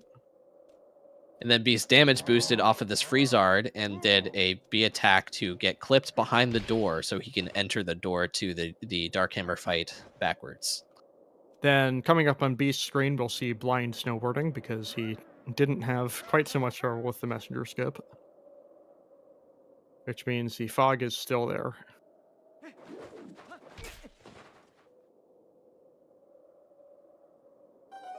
Teabag making quick work of Dark Hammer with a few spin attacks. And now we're going to see Beast do a lot of flashy things and be very risky with this this snowboarding, I'm sure. Could be. Some people go pretty hard on it. Yeah. Yes, yay Wolfdash. Yay Wolfdash. Sorry, I need enthusiasm. Yay Wolfdash. There you go. There you go. When I read chat, I need to not be deadpan. Yeah, if you're an experienced Hundo runner like Teabag or Beast are, you can get some pretty confident lines during snowboarding. You know what, Madeline? It is June. Happy Pride Month, everyone. Anyways, looks like Beast having no trouble with blind snowboarding. So now that Teabag has the ball and chain, he went into the room behind Dark Hammer to get 100 rupee out of his Skulltula, and now he's getting the second one here, and he'll have 300 for the Sky Cannon later. I don't think that it is. What's it called? The skull with the wings? Bubble. Yeah, that one. Anyways, he has Uku, so he's going back to Lakebed Temple to finish that up. And he also has to empty the bomb bag, but he's only just got it, so he can't, do it during Lakebed like Beast and Simikins did. So he gets to set all of the bombs down in the water here. Yes, it looks like a bubble.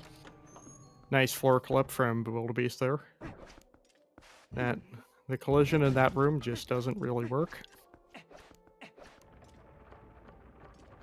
With all the different... Yeah, there is a faster way to do that bomb emptying that Teabag has decided not to go for.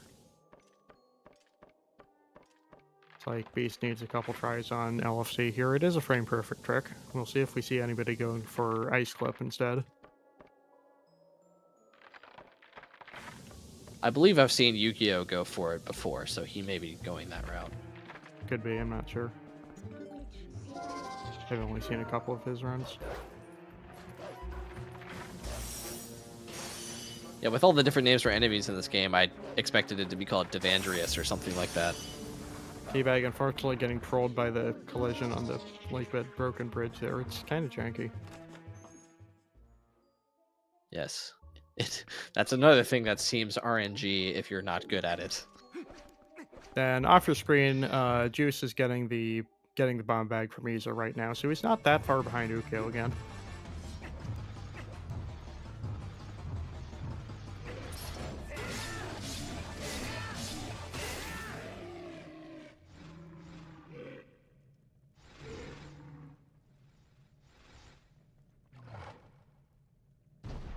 Then let's see how Teabag does against Morpheal.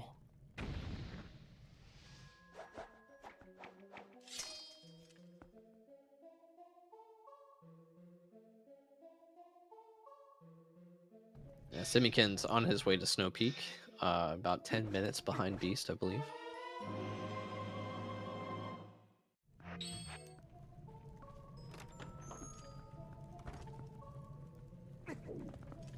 Yeah, oh wait, no, they're on the same route. Duh. Yeah, and I was then gonna say that Yukio the routes and haven't met Teabag. up yet, but Sorry, sorry, go ahead. I was gonna say Yukio and Teabag probably about 6 or 7 minutes from each other in their pillar clip route. Yep, and as I mentioned earlier, we should see everybody kind of meet up again when they enter Arbiter's grounds, which is coming up shortly. Probably, I know, 6-7 minutes before Beast gets there. Who knows? One of them may go to the city in the sky first.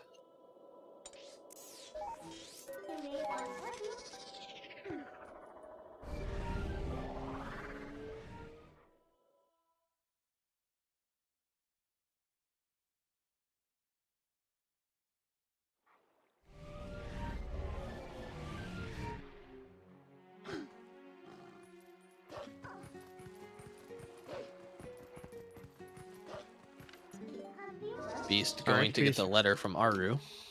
Yep. He's gonna climb the ladder for 7 seconds.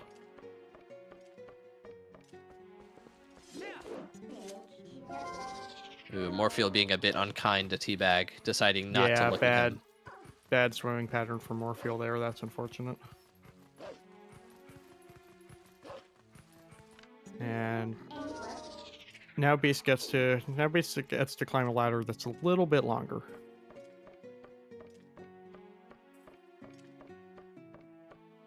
And it looks like he has a good setup for the second pass. Yep. And that's a successful regrab.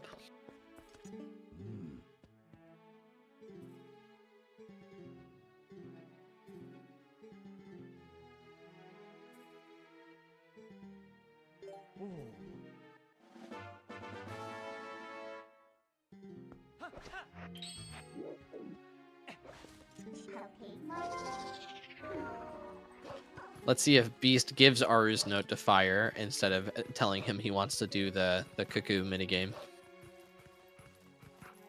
Kuko, Yeah, the cannon one. the cannon one. I thought that took you to the top where you grab the cuckoos and then you. I mean, do the it does, target. but if you do that in a speedrun, you don't actually do it. What if he needs the heart piece? Yeah, I mean, maybe he does.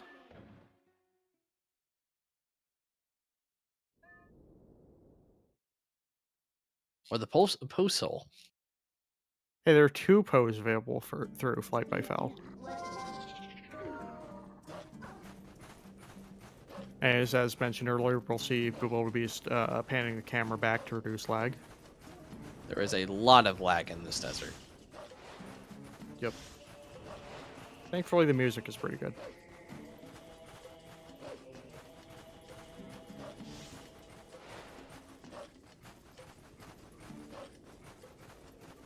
And we just saw Ukyo do an LJA over this kind of gap in Snow Peak that you're not supposed to be able to get over, and then take advantage of some weird collision on the floor there. Looks like Yukio is doing LFC as well. The Snow Peak's a really broken dungeon. It's fun. Yep. Snow Peak really is floors and walls don't exist. Believe there was a community event where somebody got onto the roof above Darkhammer's room for hide and seek.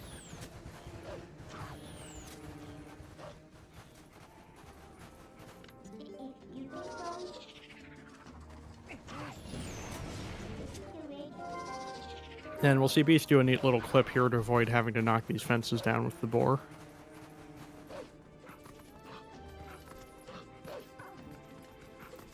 You can also do it as human, which I'm sure we'll see some people go for. It's a little easier.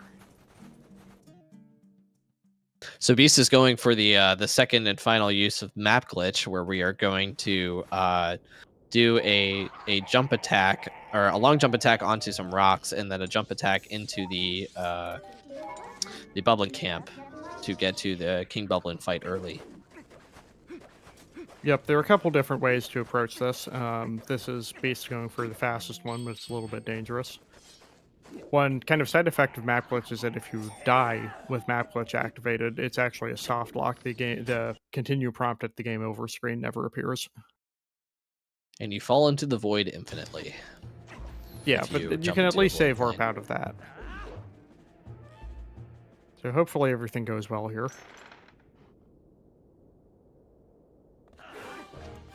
KB, please, ready? Yep, Beast KB in chat. That looks good. As I said, it's a bit dangerous. King Bublin will hit for 3 hearts of damage, so if Beast did get hit by King Bublin there, it would be an immediate, roughly 7 or 8 minute time loss. Let me go subscribe to Build a Beast real quick.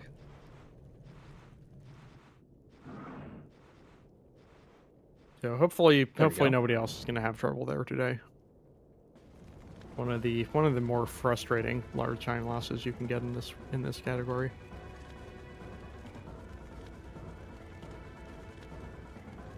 Looks like Simikins just did ice clip, so we did see it.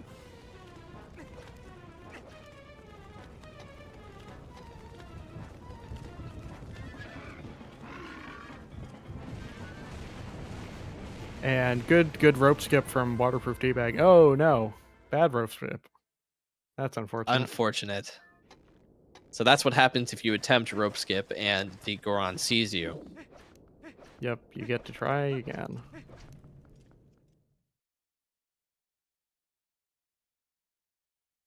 There's a reason you don't see people go for it that frequently. Yeah. It is considered a swag strat. A lot of cool movement from Beast in this first room. And Ukyo on his way to Morpheal now. We'll see him use a slightly different strategy to empty the bomb bag.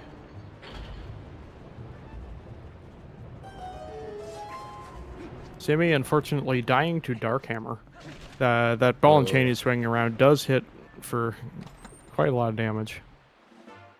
So that means Simi is going to spawn outside of the Dark Hammer room, and we'll need to do Freezard skip again. Yep. Yeah, Teabag kind of catching up now. We'll see what the route difference comes out to. Meanwhile, Beast is on into Arbiter's Grounds. This first half of Arbiter's Grounds is kind of one of the more challenging parts of Twilight Princess any percent. A lot of difficult movement, difficult tricks in here. Very fun if you do it fast. Yes. Yes, this is the movement heavy dungeon, and a lot of the speedrunners don't like it for that reason. I like it. I just wish I was better at it. I think that is the notion for most people at the mid to high level. As a newcomer, I really liked this dungeon because it was very movement based, and it didn't feel like if I missed one trick, I lost 5 minutes.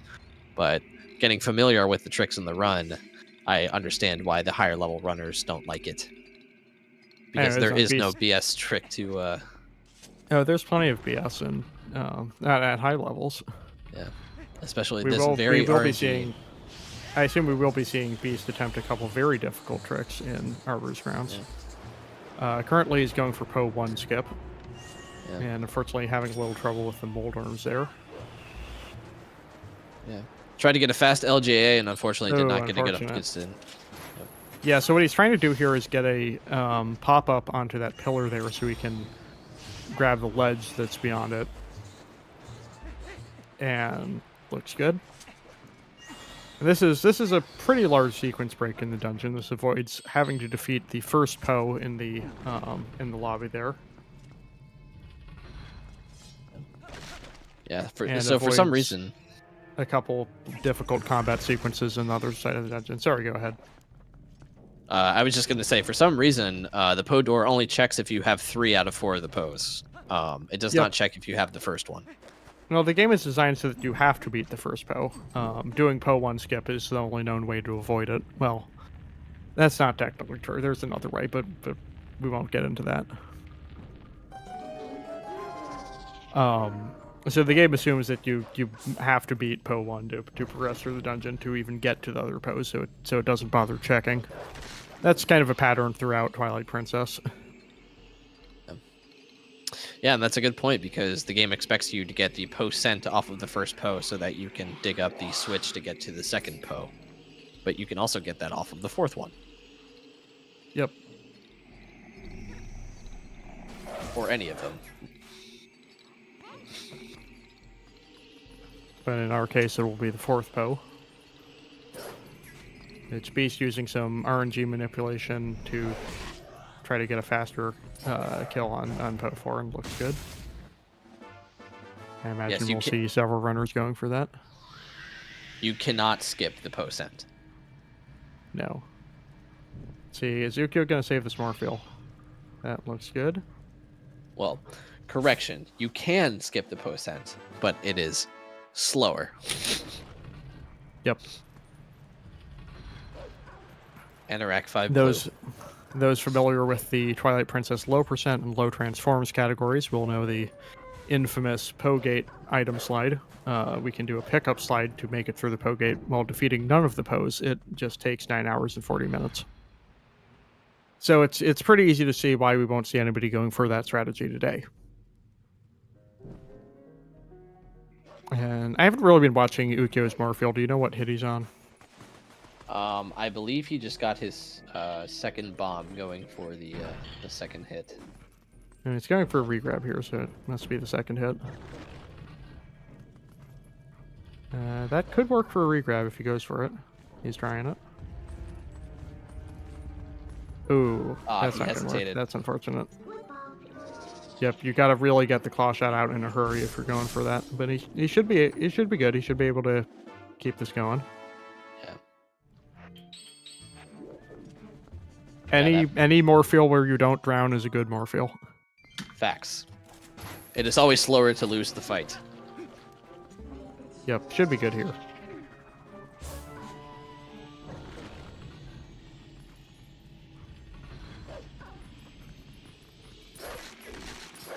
And let's see how the Wildebeest is on Po 2. The bubbles in this room can really kind of give you trouble, and it looks like that's exactly what he's getting.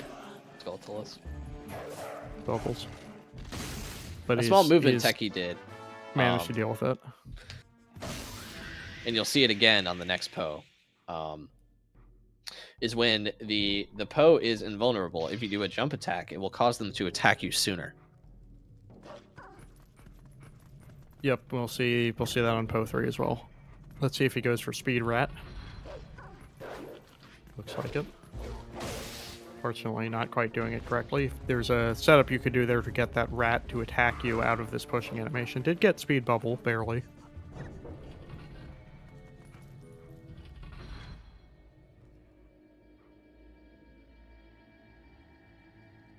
Some timing from chat. It looks like Waterproof Teabag is almost exactly 2 minutes behind Simikins. Yep, we'll know for sure. We'll know for sure when he gets to Arbiter's Grounds.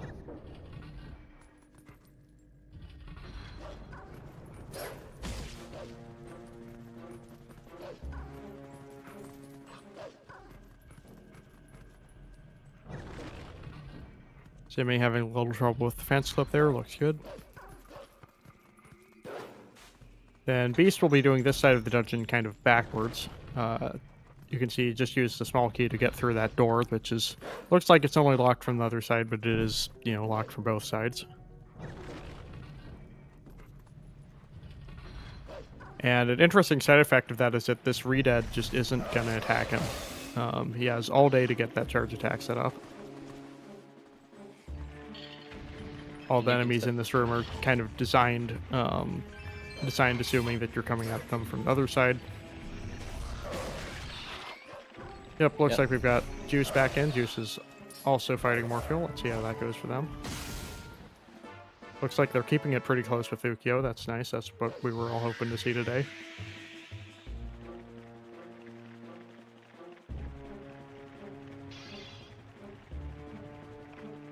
Meanwhile, Simi on his way to fight King Goblin.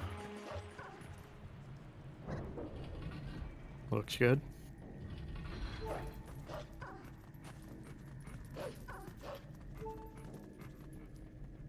Spicy missing the regrab. And I don't think they'll have enough this air might be, for... This might be bad. Yeah, that's unfortunate.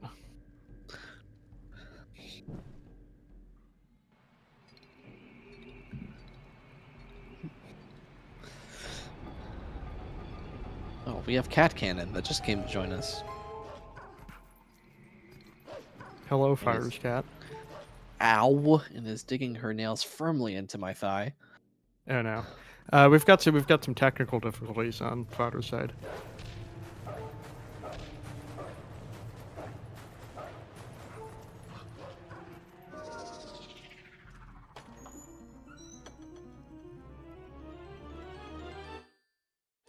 But yeah, good eye, Jaquade. Spicy actually made a safety save for Morpheal, so they don't have to worry about running out of bombs here from the retry. That's I'll smart. gift a sub. That's safe thinking. I'll gift a sub to the first person to guess her her species. Or her breed, rather. I think we've got a good guess on the species. Yeah, that one's free. I think it's a cat. Am I right? I'll take my free sub whenever, thank you. See, good break slide from Beast through the sand there. Yeah, sorry, we completely missed some great Arbiter's Round human movement from Beast there. Hopefully we'll see that again from Simi.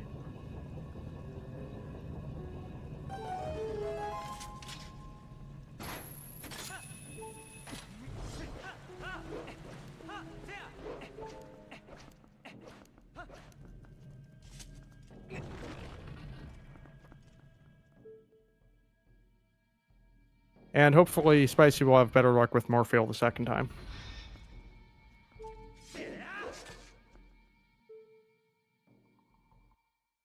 Yeah, Jaquade, I don't think that's accurate anymore because PC route should be fixing the bag with either the Snow Peak save or a Death Warp. Because it has to be fixed by the time you leave Lake Bed. Yeah, Pillar Clip still does. Skip. Pillar Clip still does easy dupe. Yep, Beast is going to be doing a super jump here, similar to early Master Sword earlier, to avoid the Death Sword fight, hopefully. This one's a bit more precise, but looks good. And he gets it. Yeah, Jaquade, it's easy to remember because nobody runs non-bomb dupe routes anymore because they're terrible. You have to do Norgor.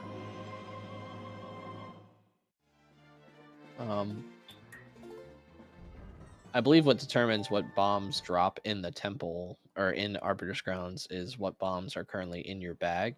If the bag is empty, I think it'll drop normal bombs. Correct me if I'm wrong. Yeah, but if you're doing easy duping, you might not have water bombs here, depending on whether you're doing Norgor or not. It's kind of complicated. It's never something I had to deal with it.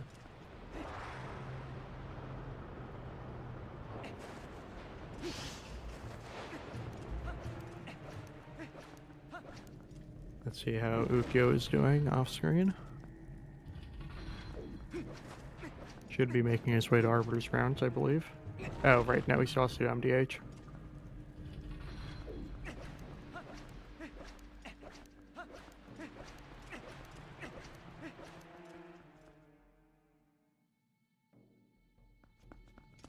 Oh, interesting.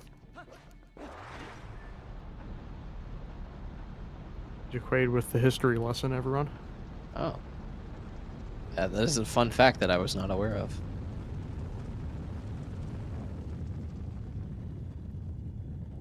Beast on his way to Stallard Skip, which is something that is relatively new to the route as well. I mean, I assume he's going to be doing it. Yeah. Yes, that is an assumption. It is a very precise skip. He probably doesn't have to. Yeah. He does have some leeway, but that's a slippery slope of a mindset in a race. Oh, yeah. But going for I'm the not saying safe he thing. shouldn't. Yeah. But yeah, this is a neat trick. There's gonna be a lot going on, but we'll try to stay abreast with it. I will always opt for going for the save thing in a race. Yep, for a while this was thought to be TAS only, but we came up with some better setups. I mean, even now it's getting improvements. The Nimzo's vertical angle setup is kind of new. It's getting easier and easier. Soon I'll be doing it.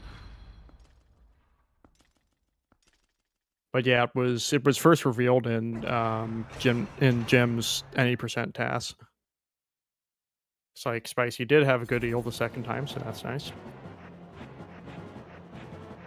Beast is angle buffering, which means he will be going for a Lord Skip. Yep, not surprised. Hopefully that works. Spicy finally threw more fuel.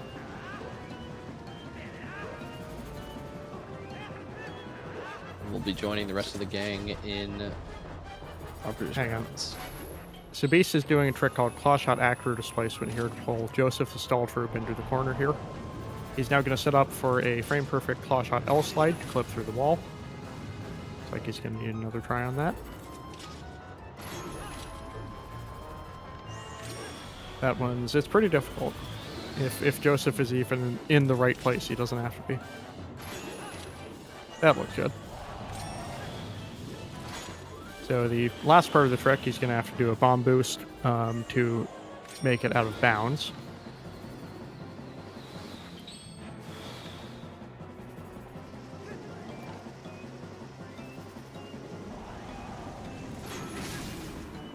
That looks good. That's a clean salad skip. Yeah. As someone who has not attempted this trick, the only thing I can attest to its difficulty is it requires a lot of angle buffering and a metronome. So it is very impressive to get that first try. Well done, Beast. Yep, that bomb boost at the end is another 3-frame window, so many runners use a metronome to synchronize the bomb throw and claw shot input at the end. Helps with consistency.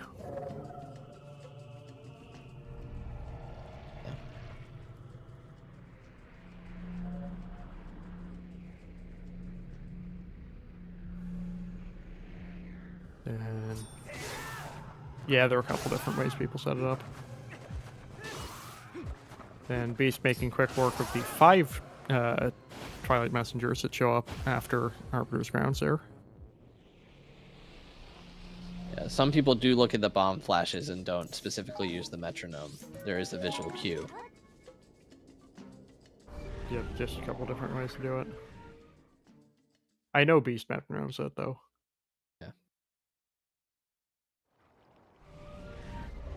There are a couple other places where people tend to use a metronome. Koro text displacement in... I'm forgetting the name of Goron Mines RTA. It's probably Goron Mines RTA. And 100% in a couple other categories. He's now going to the biggest sequence break in the run. Yep, earlier I mentioned that we didn't have to go to the second half of Snow Peak Ruins. We also won't be going to the Temple of Time at all, or completing the Skybook quest, and this is how. It's that simple, folks. And if you blinked, you missed it.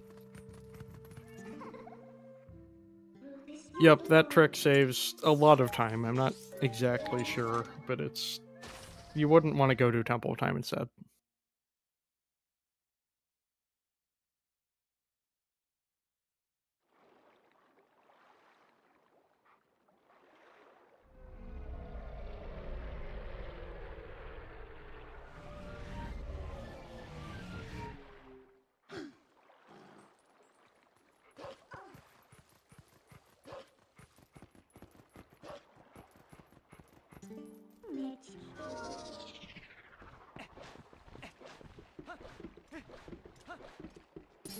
And of course, since Beast is not playing on the French version, he will have to actually pay Fire the 300 rupees to fix the cannon. As will all of the other runners today.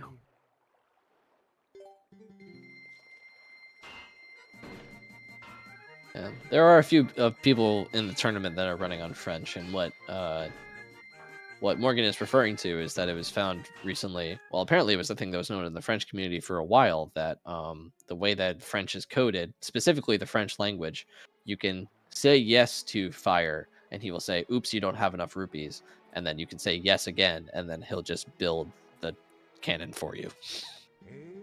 Yep. Well, it's an issue with the French localization of the game, not I see. not the concept of the French language itself. they do still have money in France, you know.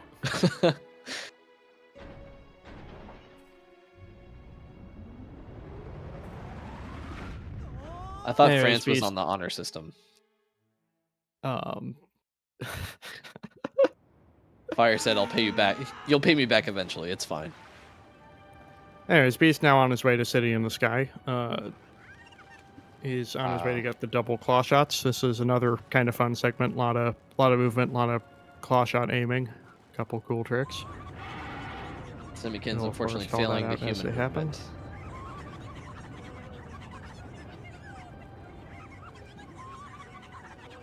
Nice door sync from Teabag and Semikins there.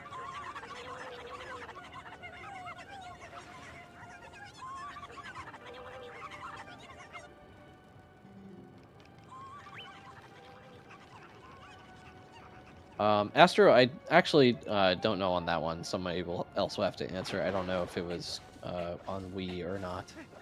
Yeah, I'm not certain.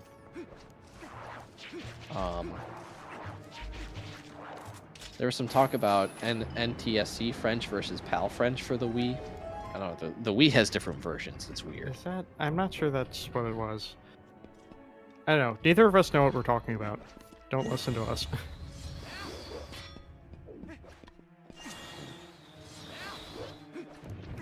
Anyways, let's see if Semikins is going to go for Death Sword skip here.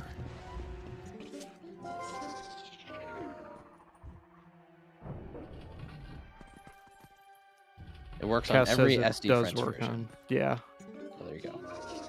but on Wii it's probably slow for other reasons because Wii version differences are strange. Yep. Does look like Semi will be attempting Death Sword skip.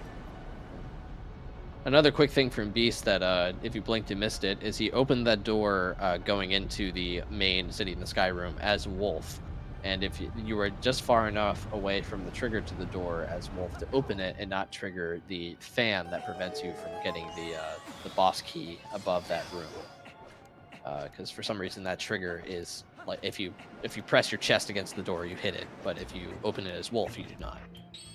Yep, it's weirdly small. Shout out to Taka and the TPGZ team for building trigger viewer so we can know for sure. And Semikin's unfortunately taking a couple tries on Death Sword skip here.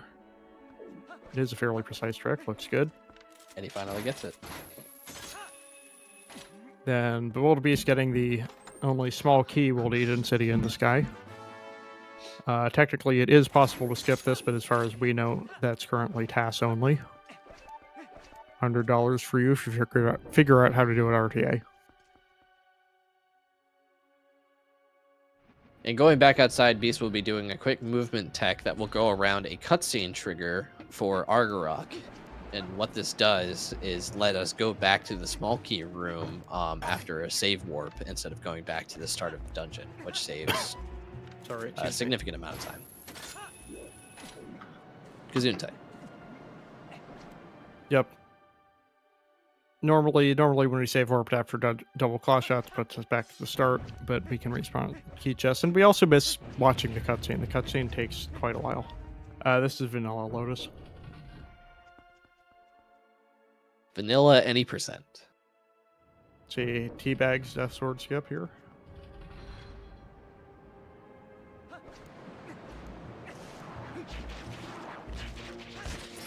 Looks like Spicy just got the ending blow.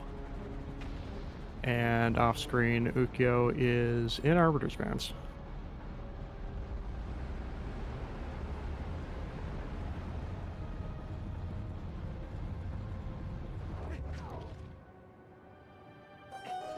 Did Spicy get ending blow in Farron? Did I see that correctly? No. Or am I No, blind? he just got the golden morph wrong warp you always get there. I do not do a route that does that wrong warp, so I am learning this for the first time. Yeah, no, that's a gorge route thing.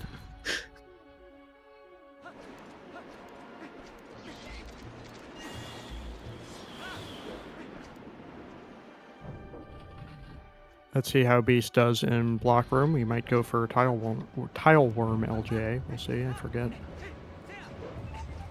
There are probably half a dozen ways you can go through this room. That is the fastest one. That's Tile Worm long jump attack.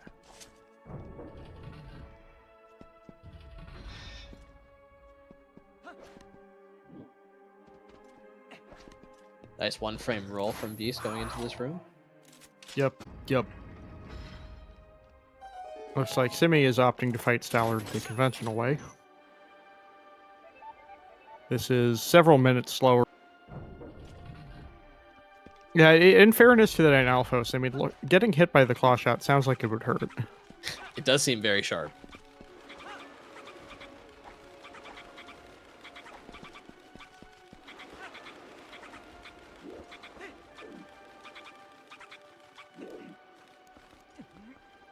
Beast doing some movement attack on the broken wall to skip one of the switches in this room. Now let's see if he does some skydiving. He is. Success.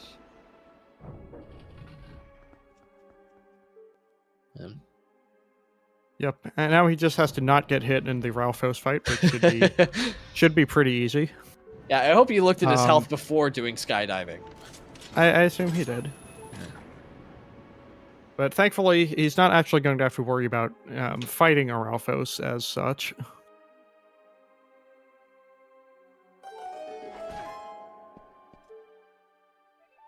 I forget if he's doing the setup these days. I think he's going to pixel it. Yep. So with some very precise positioning and aim here, we can actually just go right past this gate because gates don't exist. And Beast can take a breath. Now he has claw shots. Yep. Oh yeah, good point, Orchrist. We saw Spicy wasn't doing the camera manipulation in Desert because they're on emulator and don't have to worry about lag reduction. I really should have. I should have called that out. I'm kicking myself. Well, there are not a lot of. Go ahead. It is nice, Astro. I switch between disc and emulator every now and again, and I get to North Fair and I do the lag, the lag reduction, and I'm like, oh wait, this is so smooth. Looks like Simi's defeated Stallard here.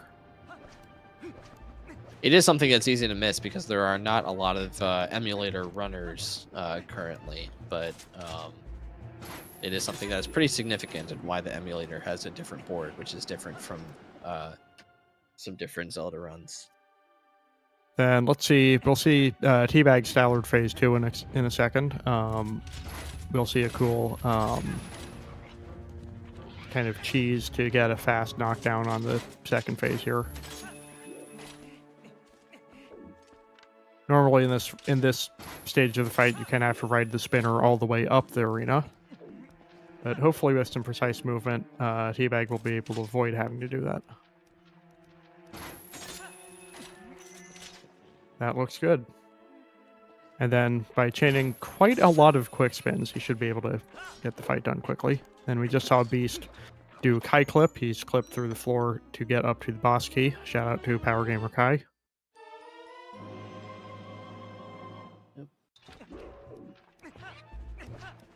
And from here, he can make his way over to Arc Rock.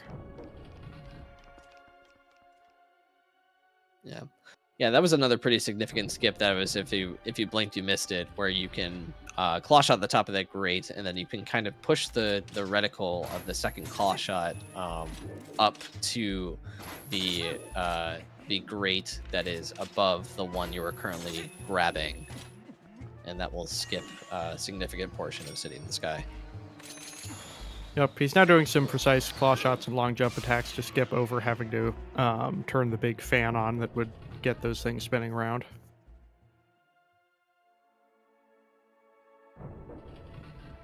And now he's on into the City in the Sky fan tower. This will be a long sequence of precise claw shots. I doubt we'll have too much trouble with it. And some of the fans are spinning as soon as you go into the room, so the timing on these is pretty precise to do it quickly.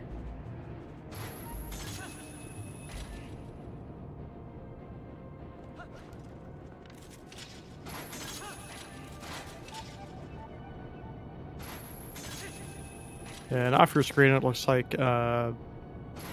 Ukyo is maybe a third of the way through Arbiter's Grounds right now.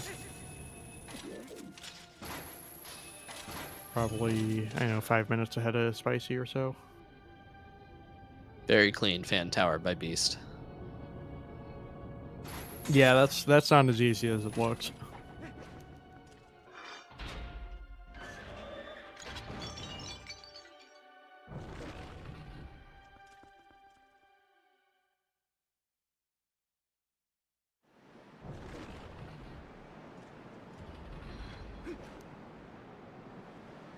Nice one frame roll from Beast there. Hey, he's gotten a couple of those. Yep. And we'll do a precise claw shot here to skip climbing as much of this vine as possible, because vine climbing is extremely slow. And now he gets to fight a dragon.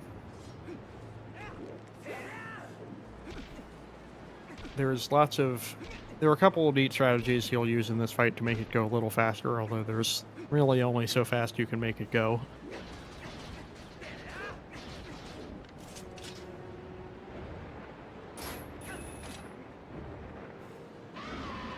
Something we'll see all the runners trying to avoid doing here. If you claw shot onto Argrok's tail on the first possible frame, you actually never drag him down to the ground, and Argrok just flies around forever in a glitch we call Cool Game, which would lose several minutes.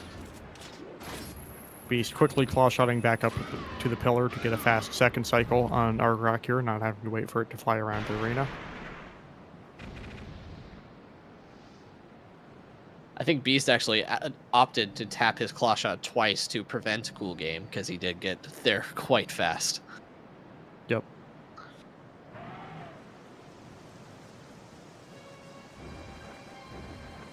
Yep, I usually play it safe and just wait for the claw shot reticle to show up, but you can go a little faster than that.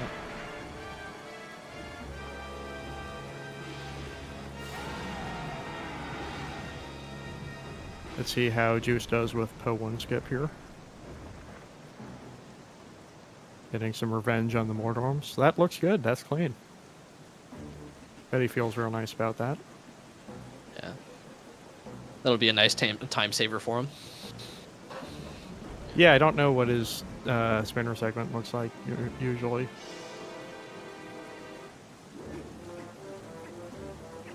Would you like to explain flame canceling? Yeah. Anyways, I was about to say Beast has made it through the mid-fight cutscene. He's jumped into the void to kind of reset Argrok and skip some more flight patterns.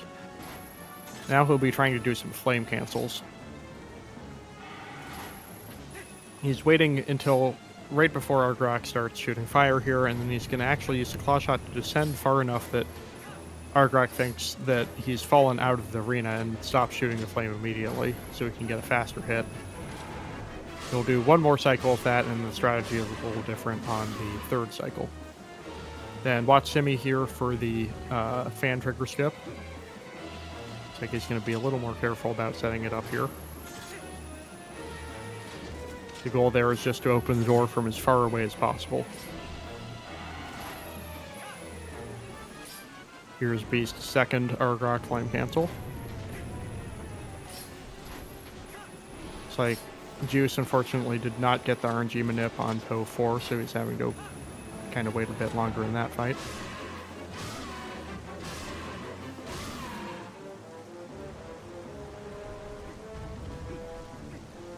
Meanwhile, Ukyo just about to get the Arbiter's Grounds boss key.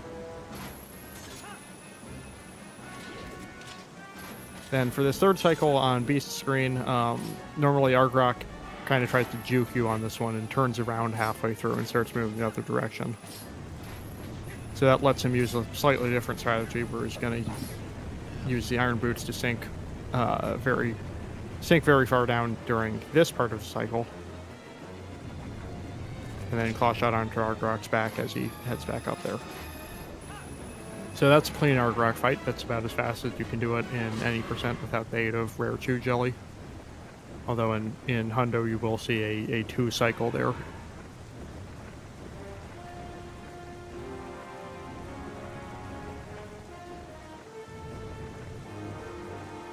Yes. Now we get to see Argarok die in a very dramatic fashion. We'll probably still see him dying in 20 seconds. Beast's reward for the fight is another extremely long cutscene. But he'll now get his one and only mirror shard of the run. Like with the, like with the post rolls earlier, you kind of only need the last mirror shard from City in the Sky to be able to progress into Palace of Twilight. Because once again, the game assumes that there is no way for you to get to City without beating the other 3 mirror shard dungeons. So that's just how it's set up. And as Beast exits City in the Sky, Teabag and Simikins are well into it, with Teabag getting the small key and Simikins just skipping the Argarok cutscene and onto the East Wing to get the double claw shots. Yep, and off your screen, it looks like Ukyo is just heading into the Death Sword fight. I assume he won't be going for Death Sword skip, but we'll see.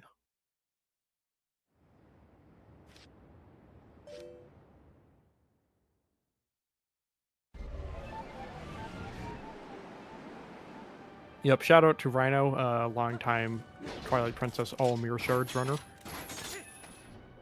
Who's very disappointed in the performance he's seeing tonight. Yeah. 1 out of his requested 4 mirror shards. Sorry, we cannot fill that order for you, Rhino.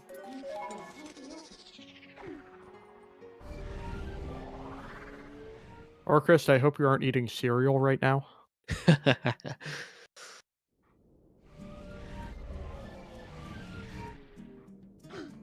Who need mirror? Anyways, with City in the Sky complete, Beast will be able to head on into Palace of Twilight, who Simikin's having a little trouble with City block room. Going for the precise jump attack off there. That's a nice strategy.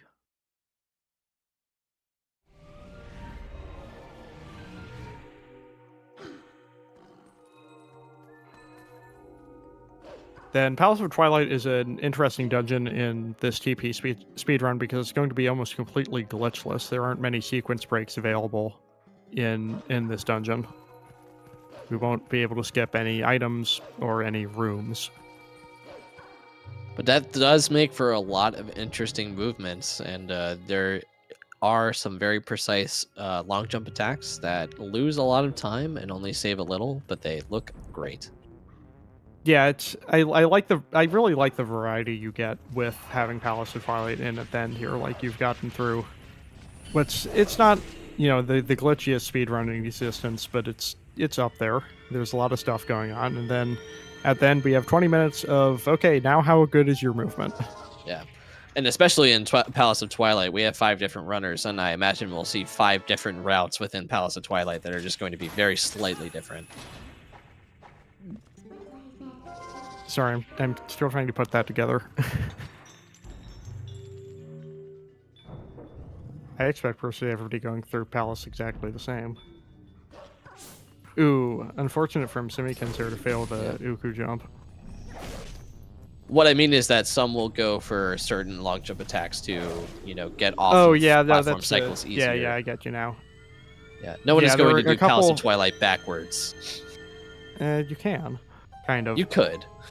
But yeah, we'll see. There are a lot of little time savers in Palace, and it's kind of up to the individual runner which ones they go for here. Yeah, route was the wrong word to use. Different time savers.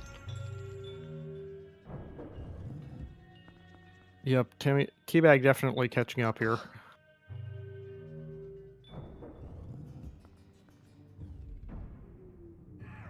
If Simi has any kind of trouble on a Ralpho skip, this could turn over. Yeah. And Anyways, Spicy Beast Juice... Sorry, go ahead. Spicy Beast now Juice... into the... God damn it. Beast now into the first Phantom Zant fight. He's going to be trying to do a very precise amount of damage to Zant on each phase here to avoid a sequence where he teleports around the room.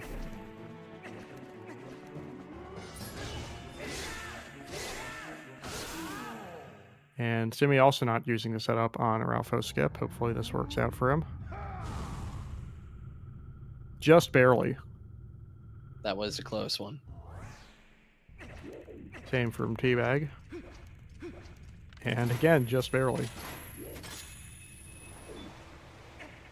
Nice break slide from Spicy there. Yeah, that was fancy.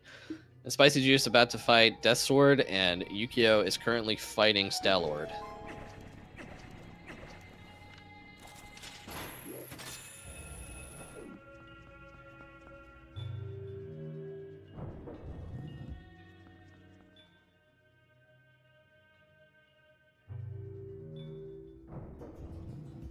And Spicy opting to take down these Salphos with the ball and chain instead of the bomb drops that other runners have used. I'm not sure if he's low on bombs from Morpheal or just prefers the ball and chain strat here.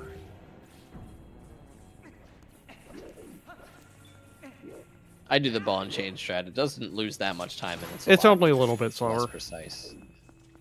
I like the bomb one because I don't always run bomb route, so it kind of feels special when I get to do it. But you know. Yeah.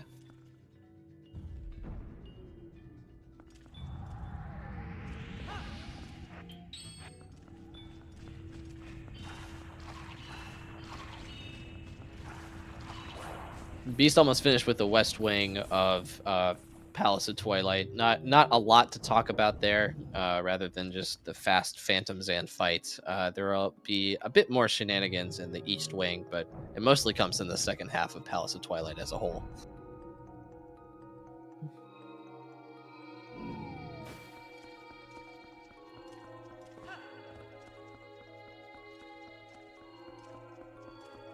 Teabag, you got the pixel. There you go.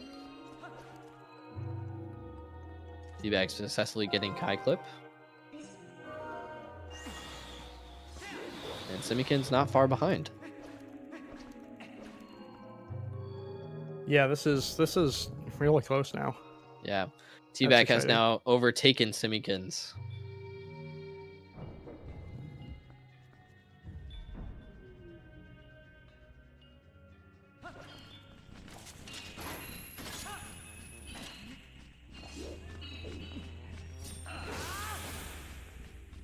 Anyways, let's see how Beast does with Stupid Room.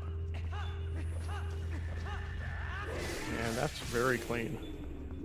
That room wasn't stupid at all. Yeah. And getting the quick spin on the is it quick spin or auto spin? Auto spin. That was an auto spin, I believe. I always get them confused.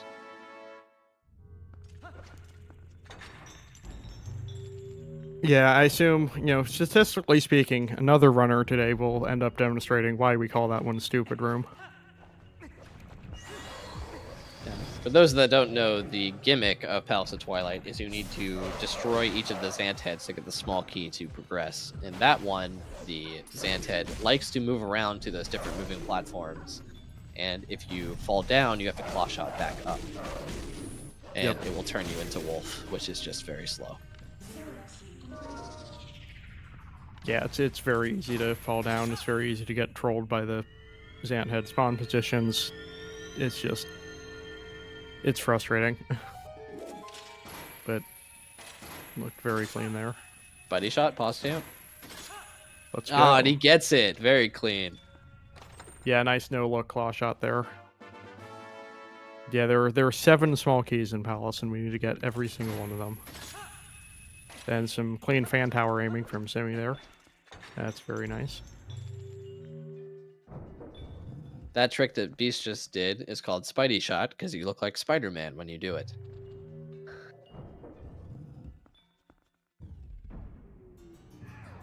Oh, the first one. Hopefully he'll have another clean Phantom Zant fight in Palace. We have 2 mini-bosses, kind of. It's the same mini-boss twice for some reason. Is that a roll stab? No. Nope.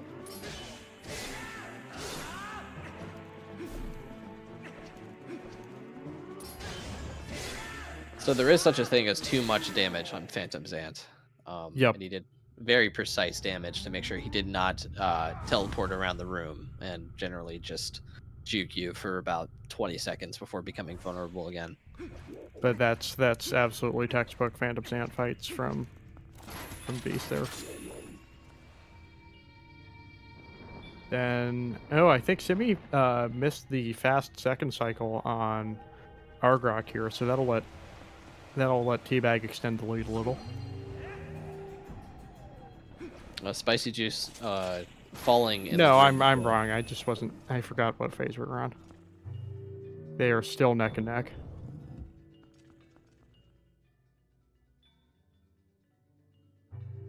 Spicy Juice having a bit of trouble in the room before Stalord, but it looks like they are back on it. Looks good.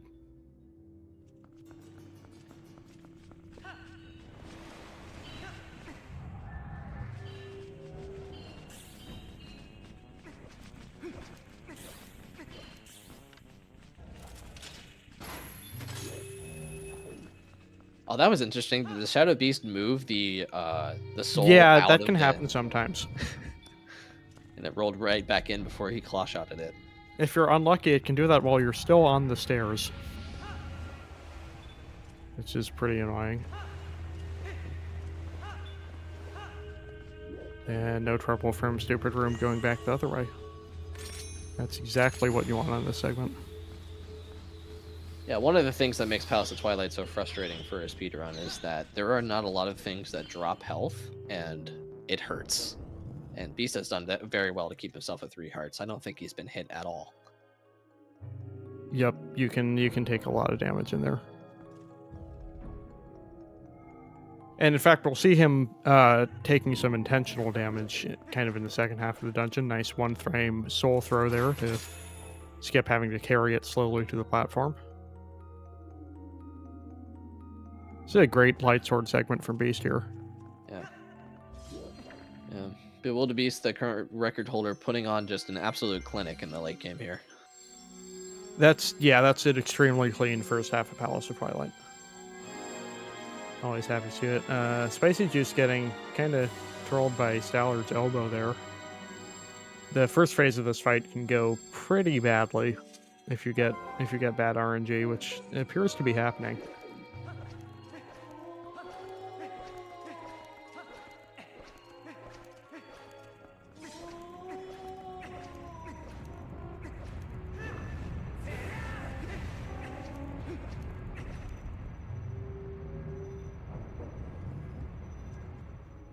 And I wonder if Beast might go for Soul Puzzle Skip.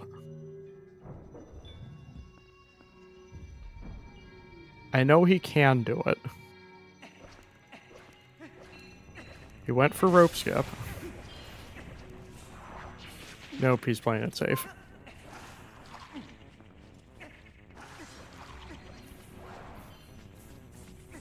You can... Oh, and it looks like he didn't land the second soul in the socket there. That's unfortunate.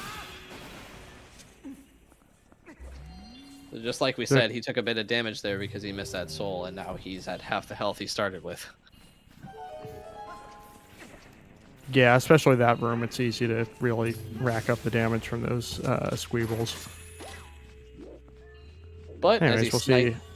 Good. We'll see how going for an LJ here to save a little time watching the platform go.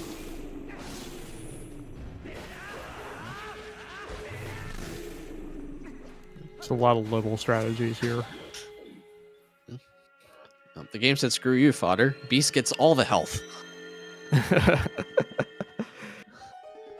Yeah, good thinking to rang the heart that was behind the chest there. That's Yeah. nice. Yeah, you don't usually pick up that much health in Palace. That's some good RNG for Beast there, kind of bailed him out. Yeah, that rang was just expert awareness, knowing that he had his rang equipped, so he could just throw the boomerang in stride to catch that heart while the chest was spawning. Yep. Teabag and Simi still neck and neck, sitting in the sky.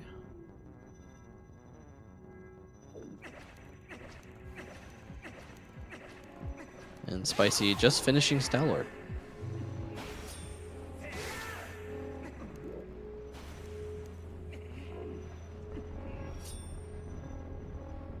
So this is the segment of Palace of Twilight where we're going to talk about the small time saves that don't do a lot in the grand scheme of the dungeon, but save, probably about a minute in total with all of these long jump attacks. Yeah, I don't think it's that much. Yeah, maybe it's 59 seconds. Anyways, Beast doing an intentional void here to get back to the main part of the dungeon. Avoids another slow platform. Yeah, I'm with you there, Madeline. I think it's more like 10 seconds. Yeah. 11 seconds.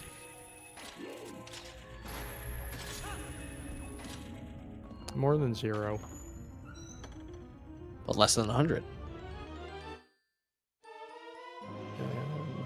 Didn't I say I wasn't going to say anything about time saves? Looks like Simi and Juice will pass each other in the mirror chamber.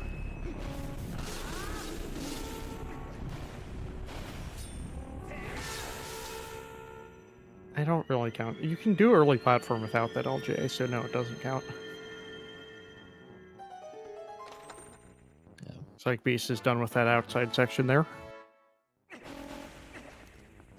Yeah, I just can't help myself, Astro. Then it's going to be a lot of precise movement in this last room here. There's a moving platform at the top of the room that's on a cycle, and hopefully Beast will be able to move fast enough to get it on the earliest possible cycle and not have to wait for it to come back around again. We'll see how he goes about it, choosing not to go for the bid no call here.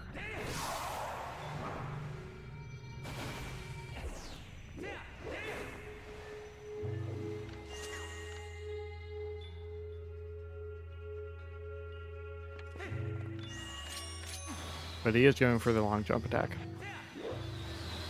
Quick item wheel pull there to make sure that the boomerang really was out of bounds, which is required for the LJ to work.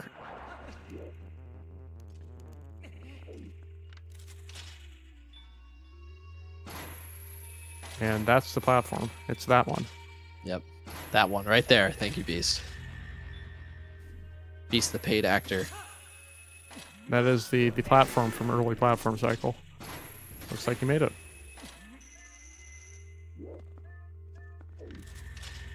Beast remembering that this is not 100% and you can't shield dash that energy ball back. But you can block it. You can. Or you can dodge it.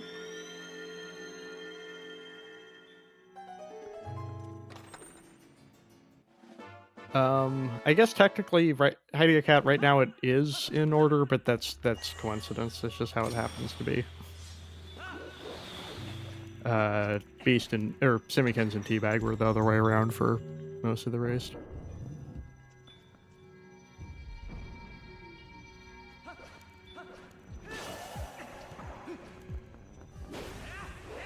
And Beast gonna spawn camp some Twilight Messengers here to finish out Palace of Twilight. Yeah. Giving a new definition to falling on a sword. Yes.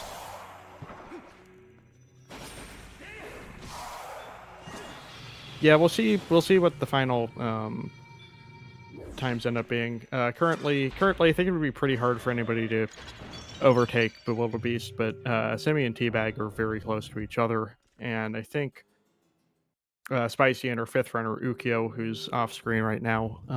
Ukyo's got a bit of a lead right now, but anything could happen. Yeah, I mean, technically Beast could get, an 800 cycle Zelda or something. It is possible. Yeah. Yeah, Yukio at the moment about half a city in the sky's worth ahead of Spicy Juice. That sounds about right.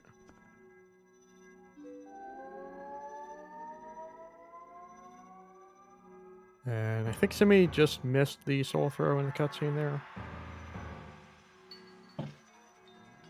Yeah, that's unfortunate. We'll see. I guess Stupid Room could end up turning us over again. Once they get there.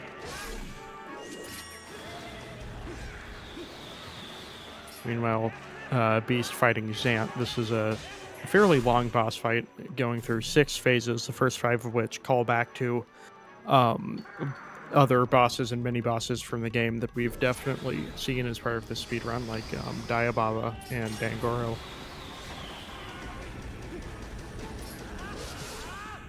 Let's see if he gets the cycle. Looks good.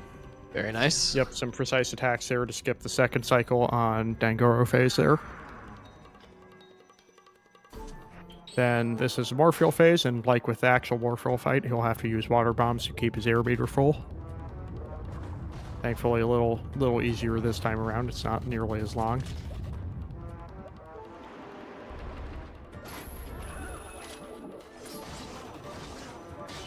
It can't really be a fish suit dance. He doesn't have the fish suit. I think the fish suit that Astro is mentioning is the iron boots, which is very amusing.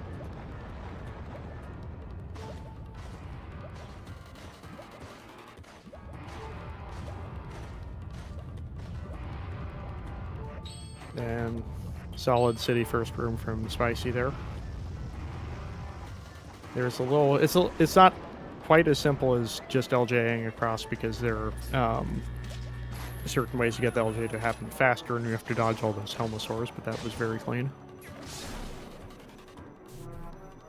It's like Teabag will be the first to stupid room, but that doesn't mean he'll be the first out of it. Yes, the friends we made along the way.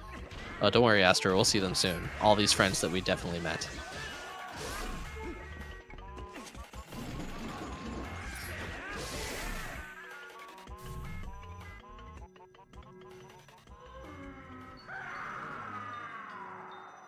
And Teabag a little slower getting to this ant head there, but still made it work. That's very good.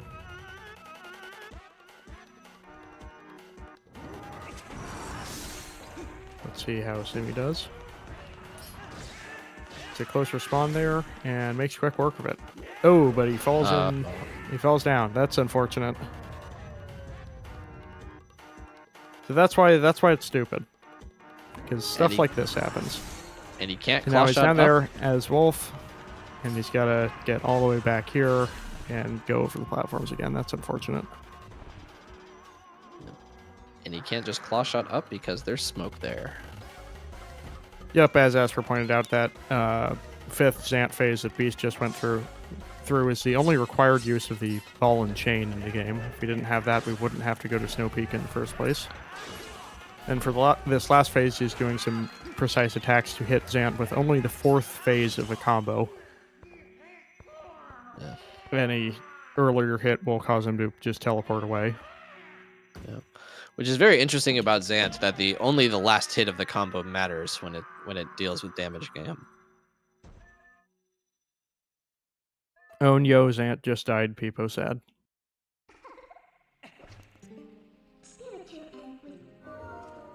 Beast not getting the heart container. Interesting. Nobody. Fodder, you're the only person who has ever gotten that heart container.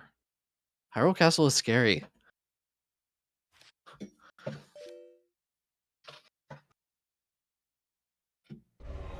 But yes, that is where Beast will be going next. He's on his way to Hyrule Castle, now that we've defeated Palace of Twilight, and he can, knock down the barrier around it.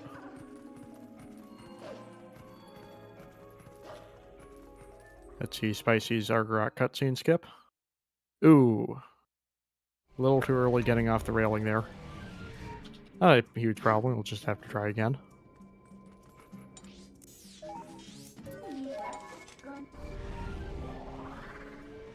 He's going for the P-hat strat for the backup. That looks good.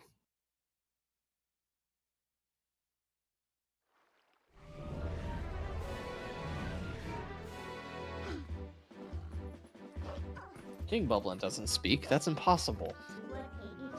Fodder, I hope you're not eating cereal. Then Beast with an LJ to skip talking to the mailman.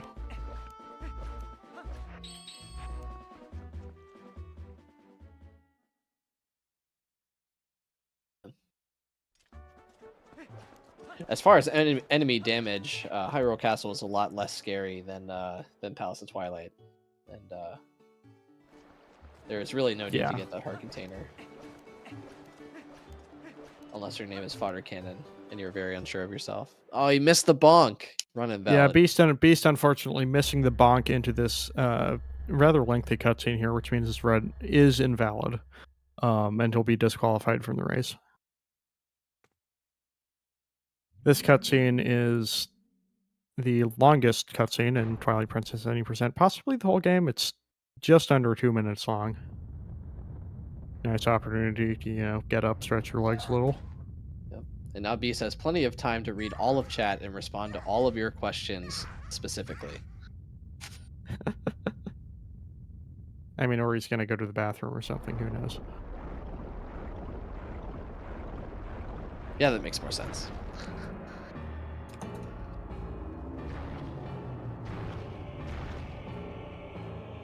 Midna does have a pretty cool hat.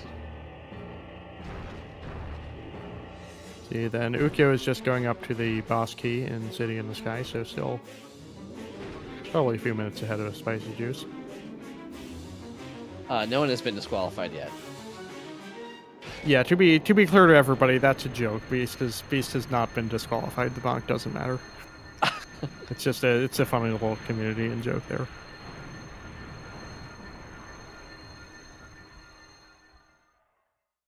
Maybe this says more about me. When someone said DQ, I thought about Dairy Queen.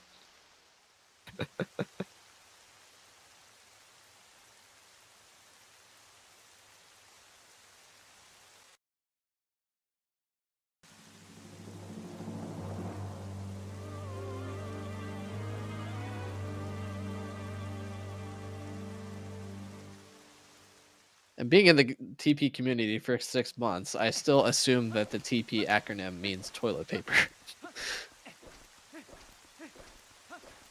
Definitely. I'm pretty sure toilet paper speedrun is like what happened at the start of the COVID pandemic. Hoarding speedrun. I'll admit I was taking a gamble on that one. Gotta try. Fortunately, bad Uku jump from Spicy Juice there, but good awareness to dodge the Helmasaur. Looks like he's just going for the casual strat here for the backup. No, Toilet Princess was to... about 5 minutes into the run. We were in sewers. 10 minutes into the run. Beast able to make quick work of that first barrier with the bomb, and even quicker work of the second barrier by just running around it. Yeah, so that's one of the benefits of having cutscenes that use actors in the game. If you skip a cutscene early, Link will actually be where he looks like he is in the cutscenes. And with that first barrier, you can just do a backflip, and then you don't have to do that barrier fight at all. Or it's the second barrier. We'll see a second barrier.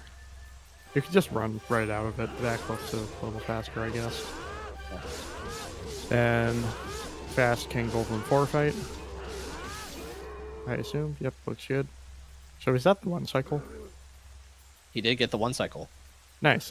That's even a little faster than most people do it. Yeah, that is very tight.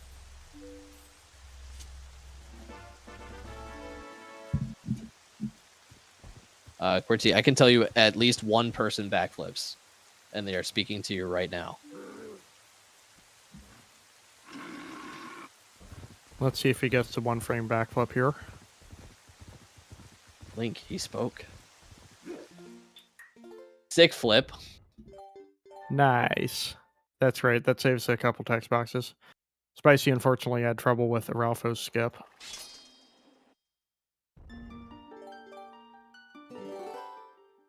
Simikin's having some trouble with double soul room.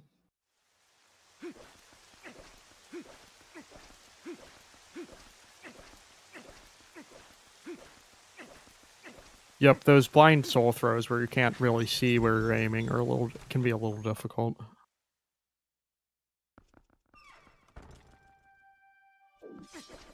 Anyways, Beast now into Castle proper. He'll do another precise cutscene skip here to avoid the third barrier. Looks good, even with the early pause.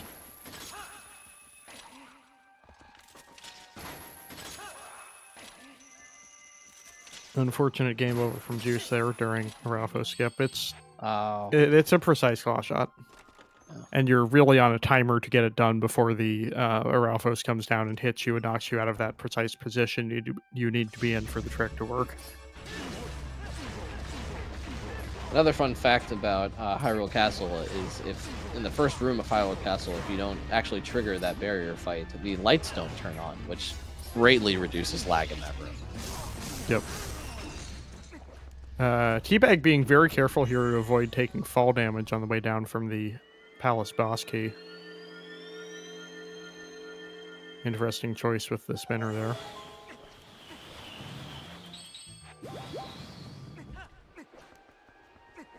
But will it be somehow getting a billion hertz from somewhere after the Dark Nut fight? Teabag absolutely fighting for his life. He'll get through it. And he does seem successful.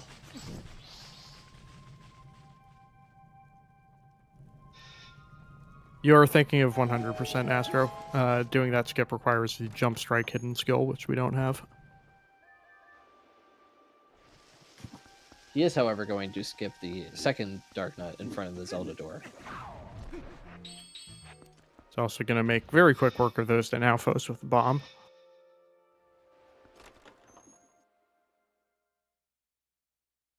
Oh, Spicy does Iron Boots roll thing for Aralphos skip. That's why he's not doing a setup.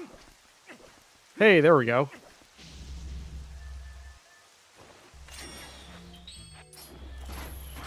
Yep. And precise ball and chain pull there to kill the Aralphos with it quickly. Yep.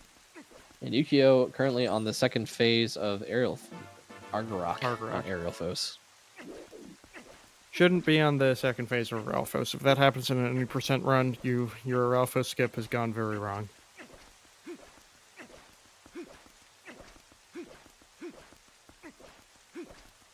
Nice one frame regrab from Simi there. That's funny.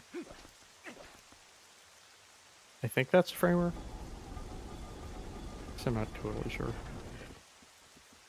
And good platform cycle from Teabag. In time for some Burge business. Yep, we've got the cutscene with the exploding bird. And the friends we made along the way. We've definitely seen these characters before somewhere. Funnily enough, I'm starting a D&D campaign, or my friend is starting a D&D campaign, and my OC for my hunter character looks suspiciously like Russell.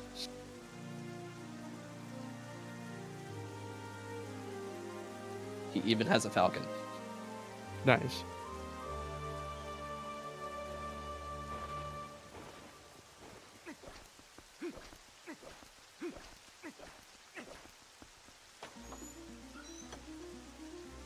And Teabag's definitely managed to widen the gap here in Palace. Still not over yet, though.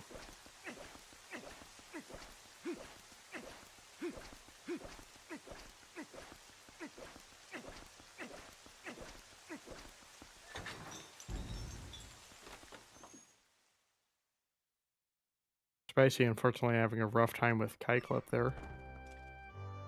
Not sure what that's about. Beast moving quickly through that room to avoid the collapsing floor. There's a route you're supposed to take, or you can just go fast.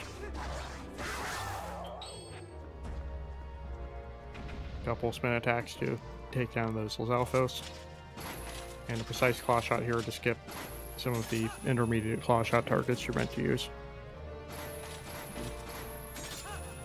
Teabag entering the Zant fight. Good. Unfortunately, Beast just missing a precise jump attack on that pair of Zeldaphos to hit both of them at once. And then he'll skip this last Dark Nut with another precise claw shot. Sorry, Astro.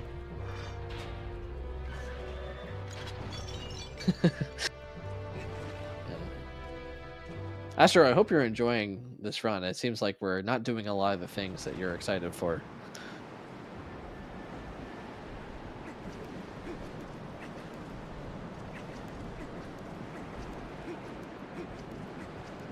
Let's see if Teabag can do the Dangor phase 1 cycle. Looks like Very it. I nice. believe that's a 2-frame window for the last attack. Now for everyone's favorite boss in the run.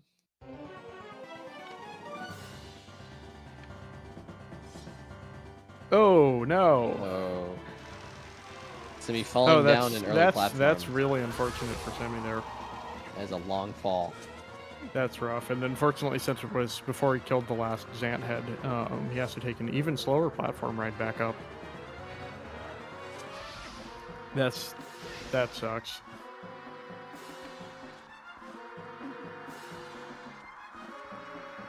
There's really no other way to put that. He's gathering pots for his collection. As I was going to say before Semi had that unfortunate accident, the Zelda fight is purely RNG. We're hoping for 7 attack cycles from her. That's the minimum possible.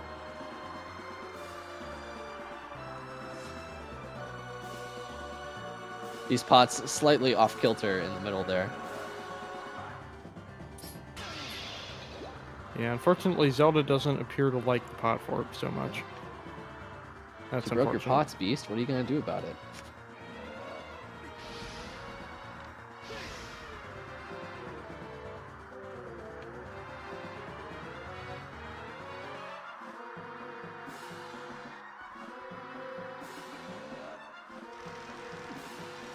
Then looks like I wasn't counting, but that looks like it was pretty fast going by the split timer.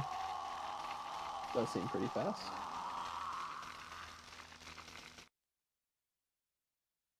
So that was a 8 cycle. There you go.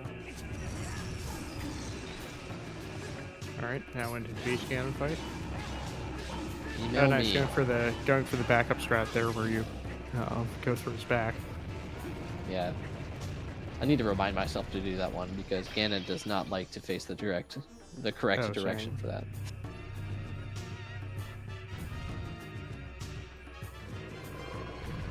And then I'll do the second phase with the ball and chain here.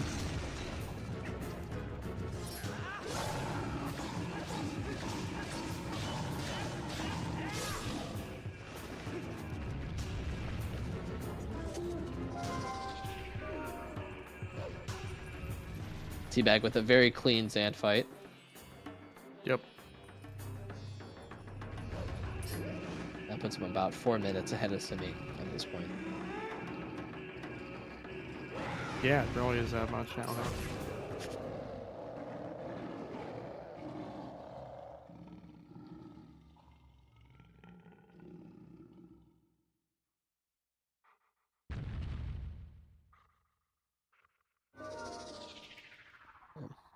Yukio onto Palace of Twilight in the East Wing, just making it into the second room, into the West Wing. Excuse me, the first half.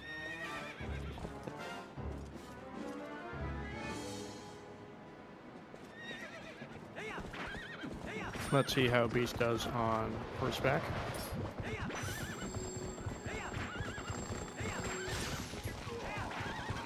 Good start.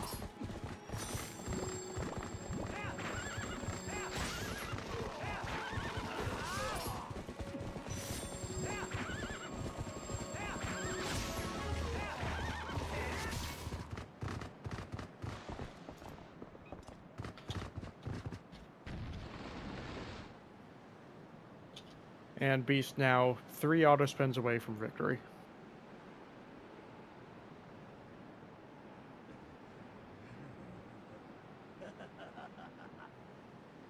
Would you like to hear my desire?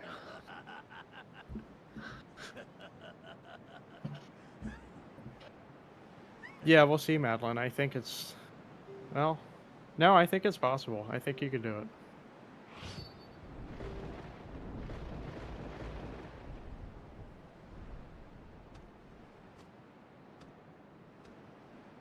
Du kommst schon gut.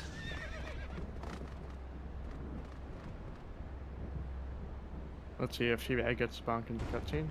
It's good. His run is valid.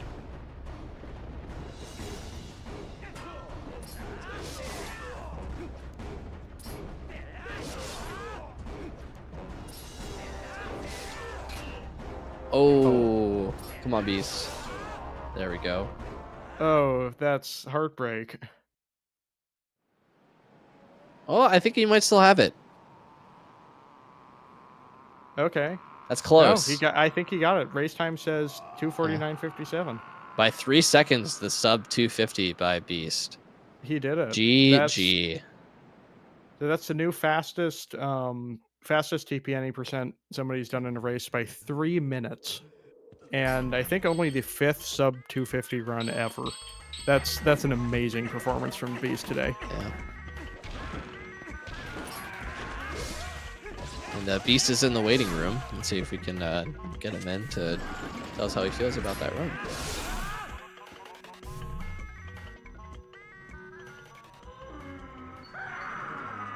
Do we have the power to do that?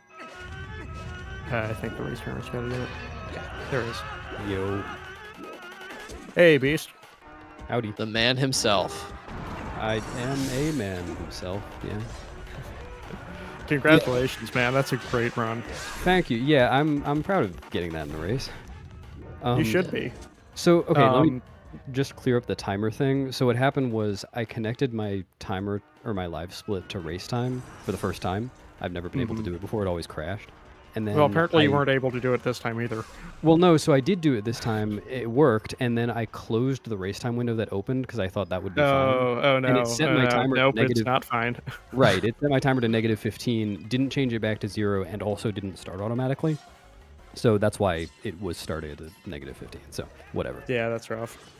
No, I mean the good news is, you know, we still got a time on it, and the time is pretty darn good. Yeah. As Morgan was saying, what the fastest in a restreamed race by 3 minutes? Yeah, Yeah, Nimzo got a fastest on the race other day, time. right? Yeah, On race time. yeah. Yeah. After Nimzo got the previous fastest one like last week, and just insane week for TP. Yeah, I mean, there could be more of those coming. You never know. There could be. Yeah, the race time is the real time. It's 2:49:57. Well, really, I think it's 2:49:56 because like I did my split and then I clicked done in race time. But Yeah. whatever. Somebody get a frame count. Yeah. I think it's Yeah, fairly maybe a world record. record. No, I'm really excited about how close the race is for the other two pairs of runners. Yeah, I'm glad we got a good one.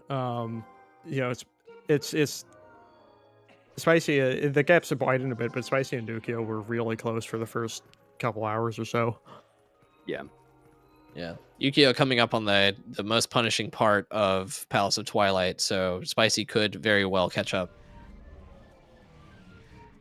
Yeah, definitely potential for a bad time in Stupid Room up here.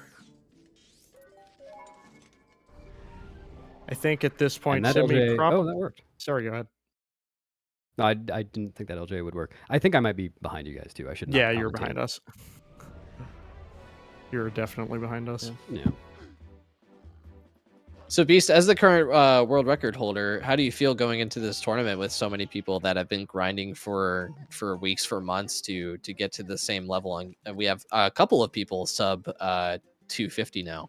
Oh, What I'm he gonna means is, smash the competition. Oh, I'm gonna destroy them. Yeah. This is the What real he means is, are you Bewildebeest you're scared of getting. Nimzo? Yeah, Candid Bewildebeest for the first time on ZSR Restream. that's right. Yeah. No, I think it's really cool that people are getting sub 250 now.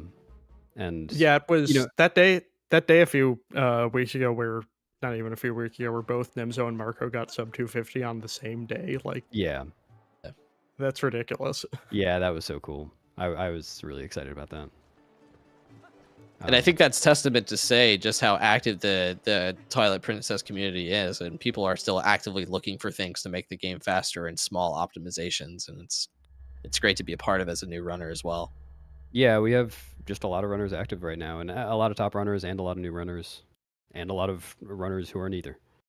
Yep. I was hearing, I mean, rumor has it this is kind of the most active TP speed running has been ever. That's probably true. I Um, mean, the seeding race was the most populated race. And we it wasn't had. close. Yeah. And Yeah, you know, it's no really one nice that, DNF'd. Wait, ooh. what? Oh, what happened? Oh, I was memeing about the seeding race and Oh, being sorry. the only one to DNF. looks like Oh no, Spicy what's happened? What's happened to quit. Spicy? Might be going to bed, Oh no, Spicy. or maybe they died to Arkarok. I don't know. I think that may have been what happened. Yeah, they are not. They are not. They are not Epona, it turns out. Me neither. Yeah, I have a personal goal, and I know Morgan has expressed this as well, that the at this point forward, unfortunately I had to DNF in the seeding race, but my goal is to not DNF in a single race in this tournament. Yeah, it's good to finish races. You never Yeah. know what's going to happen. Especially if you're with not the gonna win. game. And I believe Spicy is announcing an intent to not continue. Yeah, Yeah. I think that was pretty clear. I am not continue. Yeah. That's unfortunate. Yeah. Nice, GG Spicy Juice. Nice fast lantern room from Teabag. Yeah, especially in a category that's this long and this it really demands your attention for the entire time. Just being able to get into the late game in any race is good practice for a new runner, because it doesn't always Absolutely. happen. Yeah, for sure. It's we don't talk about enough about the like mental side of playing this run. It's a extremely long speed run. It's extremely difficult, especially there's plenty of hard stuff even at the end there. And you could just get to a point where like, okay, I'm I think it was probably 7 or 8 minutes behind PB from what I could see, and it's just gets so hard to keep going with it. Yeah. And Good. Even and again in a race where you're live, you've got to think about having everybody watching you on ZSR and everything. It's an achievement to make it that far. Well, I think for racing, it really helps the mental game to just get in a VC with the people you're racing, assuming they're down to do it, of course. Yeah. I always like when I can do that. All 5 of us were in the VC together. Simi didn't have mic, but he was talking in the chat. But we were all just chatting the whole time and That's like great. helping each other out and stuff. Really helps to diffuse the tension, because at the end of the day, Absolutely. we're all playing a video game fast, and it's a game. It's supposed to be enjoyable, right? You're playing the game you like with your friends. It's that Exactly. simple. That's what's going on. No, I do remember when I was like in Wolfdash 3, which was not too long after I started running. It was like probably 5 months or something like that. I was racing Marco, and we didn't VC. Like, I didn't even know that was a thing people did. But I think Marco normally like talks on his stream during races anyway. But anyway, I was racing Marco, and I did feel like so tense the whole time. I was just sitting in my room playing by myself, listening to the commentary, and like it was much more tense than it could have been. To answer a how question in close are- chat, Oh, sorry. Go ahead. I believe with Simi beating King Bublin and Teabag being in the Friends cutscene, they're probably about 4 minutes apart. 5 That minutes. sounds about right. Yeah. Yeah, and so somebody else mentioned it. If any of you out there are thinking of getting into Twilight Princess speedrunning, it is a long run with a lot going on, but we've got a great community. We've got lots of resources to help you learn it. Stick your Yes. head in the Twilight Princess Discord. And we know that this game is very front loaded, and there are a lot of resources to help you with the early game tricks. And there is also a route that has been curated by one By people. Teabag. Yeah, one person waterproof One people. Teabag. And also Skyrion, who I think was the person who created it in the first place, that The beginner route, circumvents. you mean? Yes, the beginner route that circumvents sword and shield skip and pillar clip, which are And a few other things. yes, and a few other things that make it a lot more accessible, and at optimal levels are only 30 minutes slower, maybe even less than the world record. With all Yeah, I the think new people have skips. gotten down to like 3:15-ish on that route, which is faster than I have on other routes. So Yeah, Yeah. I did one run of it. I can't remember. It was like 3:15 or 3:17, some odd number. in something there. like that. Yeah. But the important part is all of us in the TP community we're well aware of how much it is to learn this game, and we're all in your corner if you want to try it out. Yeah. Definitely. And in Spicy Juice's favor as well, talking about the mental aspect of it, they had some trouble with some of the early game tricks and continued on at about a 4-minute deficit from their PB. It looked like, and getting all the way to City in the Sky at that deficit in a race is great for somebody that's new to running a game like this as well. Absolutely. Yeah, and they ultimately just quit because they were tired. They're German, I think, so they're in Europe. Okay. Yeah, so it's So- about Oh 1 yeah, a.m. for yeah, them. yeah. 1 a.m. Yeah, I respect not wanting to keep playing a run that's 10 minutes behind PB at 1 in the morning. Yeah. I can't fault that.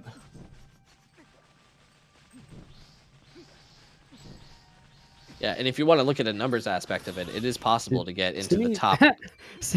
Simi just forgot the lantern puzzle. That's funny. Oh no.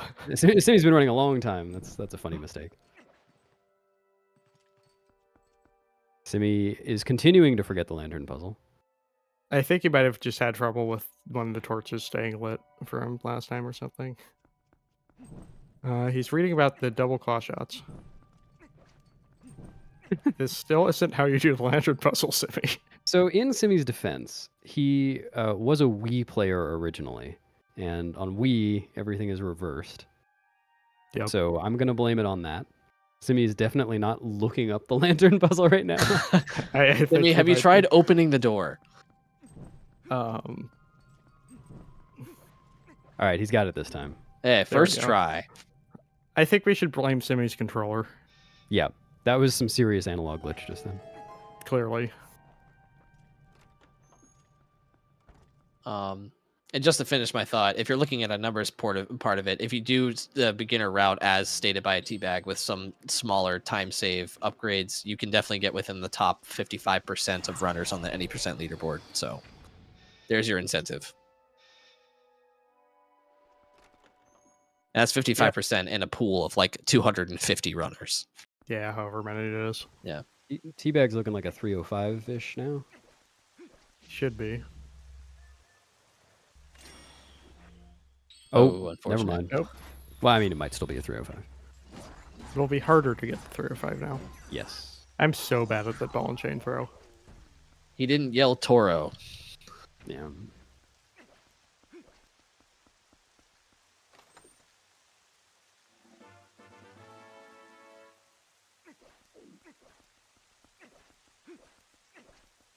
That ought to work. He's even got him on the right side.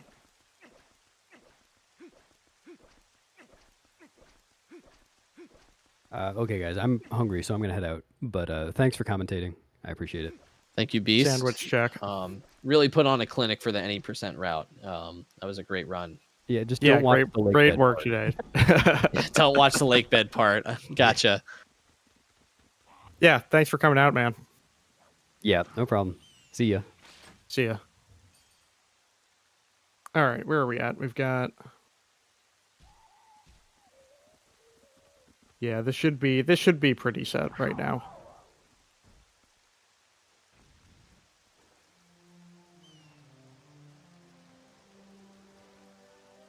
Let's see here. I think this will be the last Beast Ganon cycle for Teabag. So yeah, 305 should be just possible. I forget exactly what the timing is. I told myself I will not say any more numbers, so I will not say any more numbers. I know I don't know the number.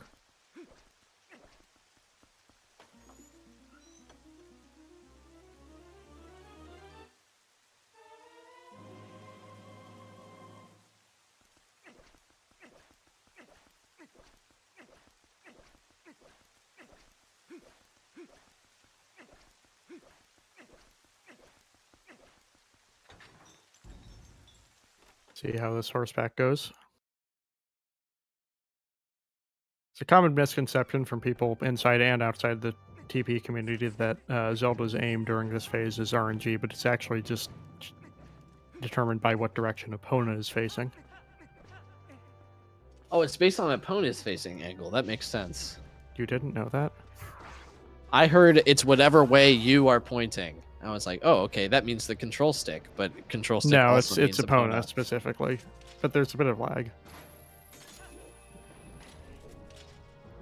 But that's solid. Yeah, I think, yeah.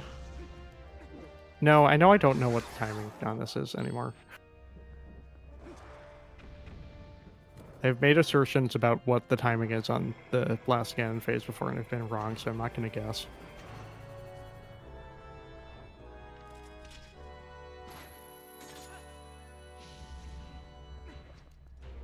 She'll auto target if you don't hold a direction for the arrows. I was just thinking that, Orcus. Thank you for the clarification. I was just thinking about that. What happens if you hold neutral? That is an interesting fact. Yep, it doesn't always work, but it can save a weird shot.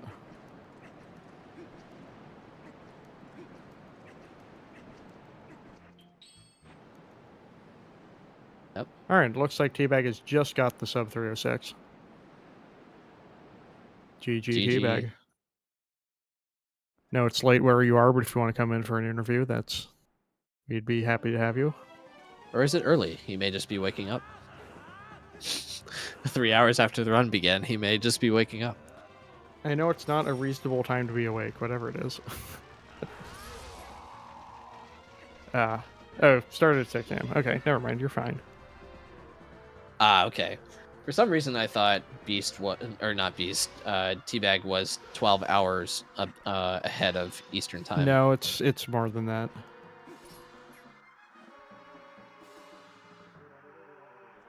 Anyhow. See how Simi's Zelda goes.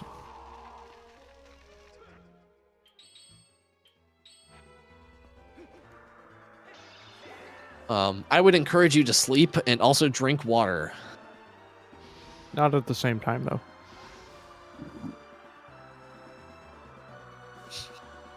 He doesn't know I'm a lizard. I don't think lizards can do that. They're amphibians, aren't they? No. No? Then why do they have scales? No, they're reptiles. Things that aren't amphibians can also have scales. I don't think amphibians have scales. No, I don't think so either. I think I'm just saying nonsense. All right, what we have here is fodder cannon herpetologist. Yes. As I wave around my master's degree in biology. I feel like you can't get one of those without knowing what a reptile is. No, my degree is in information technologies.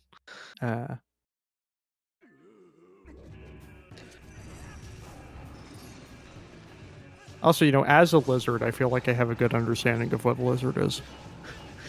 Yes, I have a reptile dysfunction. There's a pill for that. Hey, Teabag. You've come in There at he a good is. time. Hello, hello. Yes. Hello. Yes, please change the subject. Do I want to know? Don't worry about it. Check the VOD. You've got a reptile dysfunction, apparently. Nope. So how do you feel about that run? Look, it started really bad. Yeah. I jumped off Orden Bridge at the very, very start, so I got a new Worst Iron Boot segment, which was really fun. But I like there was like 1 or 2 meltdowns, but everything else was fine. Like I failed rupee roll twice. Bits of I did a run. Didn't you say you were like watching Simi do rupee roll and so you messed it up? No, I was watching Simi accidentally go to Elden instead of getting map glitch, and so I was like, I like the rupee was coming back towards me, and I just saw I saw Simi's screen, and I was like, "What's he doing?" And then I was like, "Oh, I need to concentrate. I need to concentrate on my own game." I think there was a little rust being knocked off from both you and Simi. you did it to yourself there, man.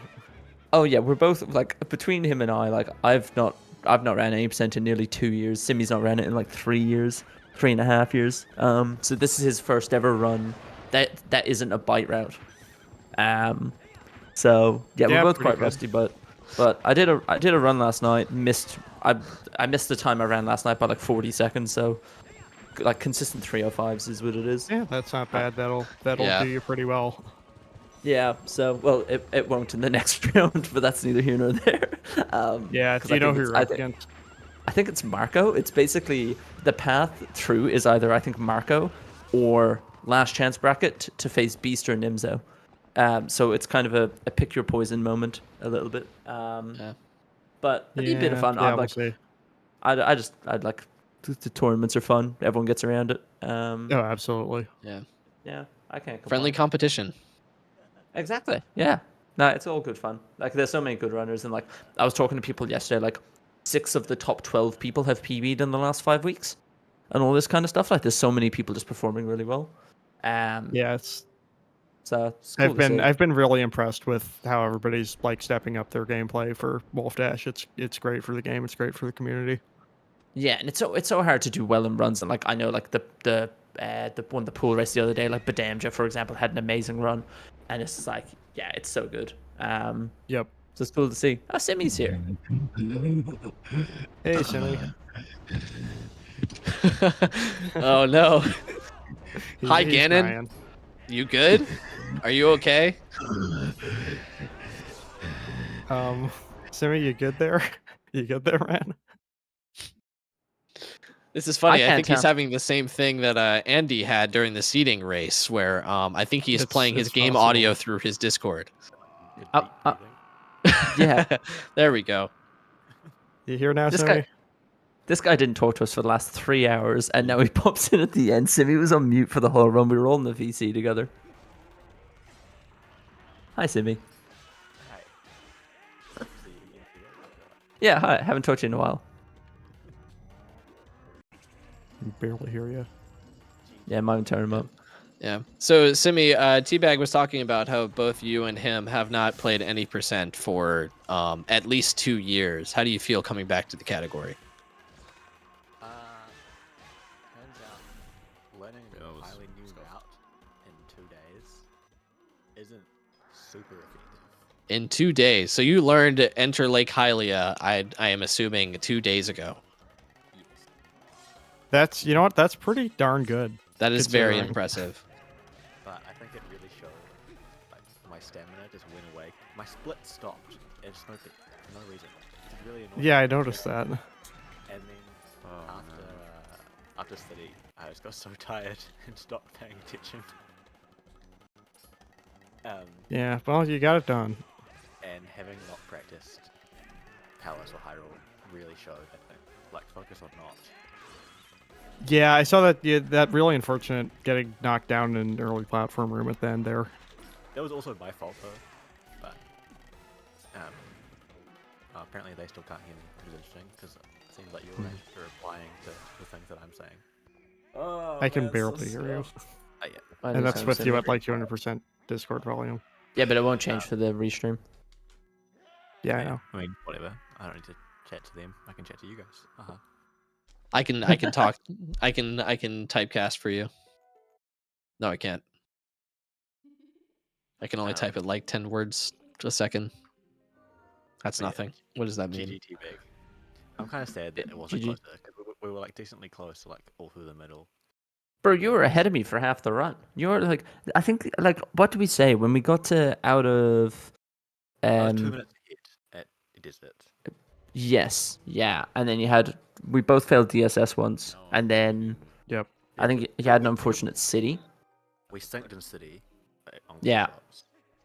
And then Yeah, I double just- club. We were 6 seconds apart. Yep. Yeah, Teabag I think ended up taking the lead in City. Yeah.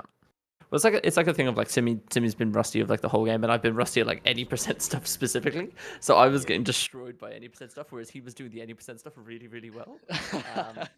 Yeah, it messed up on the stuff that does not change, even though you say it's a new route. Yeah, yeah. Yeah. But it was we had good fun. We were all just hanging out in there, like Spicy Yeah. and Uku, or I pronounce the name wrong every single time. Both had fun as well. Yeah, it's a good laugh. Oh yeah, so we noticed the South Heron Gate clip and we appreciate it. Nice. Yeah, that was very swag. That's exactly what we want to see from Wolfdash runs. Yeah, if you the first 20 minutes of the run, I can do that. After Yeah. That's that, an understatement. You know what? You hit Gorge Void and Rupee Roll? I did. That's the first time I've done Gorge Void in a run, and that's the first time I've gotten first eye Rupee Roll, which felt good. Congrats. Yeah, that's amazing. Yeah, I also funniest- think it is. Go ahead. I was gonna say the funniest part was you forgetting map warp and then Yeah. being like, what do I do? We were in the call trying to like figure out, being like, what should he do now? Yeah. Okay, Simi, we need to know. Did you look up the lantern puzzle? Yes. Yeah, he did. That's an I was ex- affirmative. I was explaining it to him on voice chat. I was like, mate, the bottom left one, then the right one. No, I think I did it right the first time, but You just did it a little too slow. yeah, but I think I did it right. Like, I did the fast new method, maybe, but I didn't know. Oh yeah, could have been. I don't know. I just got confused. Like, I didn't actually know what I was doing. I got You're also lost. like I used to be a Wii runner, so it's kind of like you're even adding more confusion to the mix. Yeah, so my default was real interesting. I chose to not do the shortcut in blind snowboarding, and then I almost completely failed the non-shortcut because I don't do the non-shortcut on GameCube, so my brain defaulted to like the casual route, which for me was on Wii, and so I like went the wrong way, Oh no. which was interesting.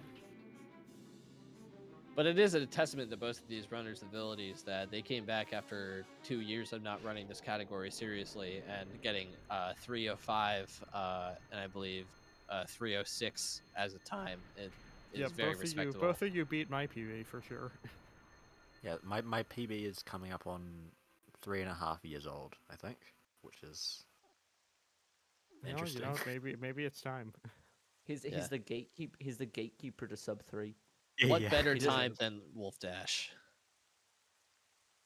Yeah, Simi's PB is like 3000 something, right? Yeah, 3 30003. There you go. Yeah. You can do it, man. I don't know if I want to. I kind of love that time, but ELH is a pretty sick route. So Get to Ganon and Sandbag for 2 minutes. oh, Ukyo getting into Hyrule Castle now. Yeah. I realized They while didn't realize chatting, completely ignored the run that they're finishing. Yeah, they said they golded a bunch. They said they're quite a bit behind PB, but they said they've golded a bunch, which is good. Yeah, looks like it. Yeah. That's a good mindset to 314 have in a still game the this best, that's long pretty as good. well. Yeah. If you're at a point where you think you can no longer PB, you play for golds, which are getting the fastest time on a certain segment. It's the way to do it. Yep, absolutely.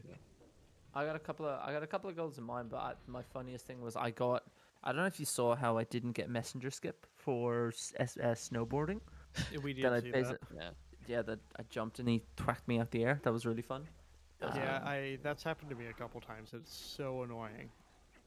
Yeah, I could imagine that clip backtracked with the Seinfeld theme. Yeah, there was a couple of those. We'll be But it's right like- back. Yeah, but it was a fun run. Like, yeah, don't run the category enough to, but it's good fun. Yeah, I and then guess I it's not talked a problem about you haven't 100%. Sorry, and then I I did talked laugh. about you getting Sorry, the rupees from snowboarding, and then you skipped the 50 rupee intentionally.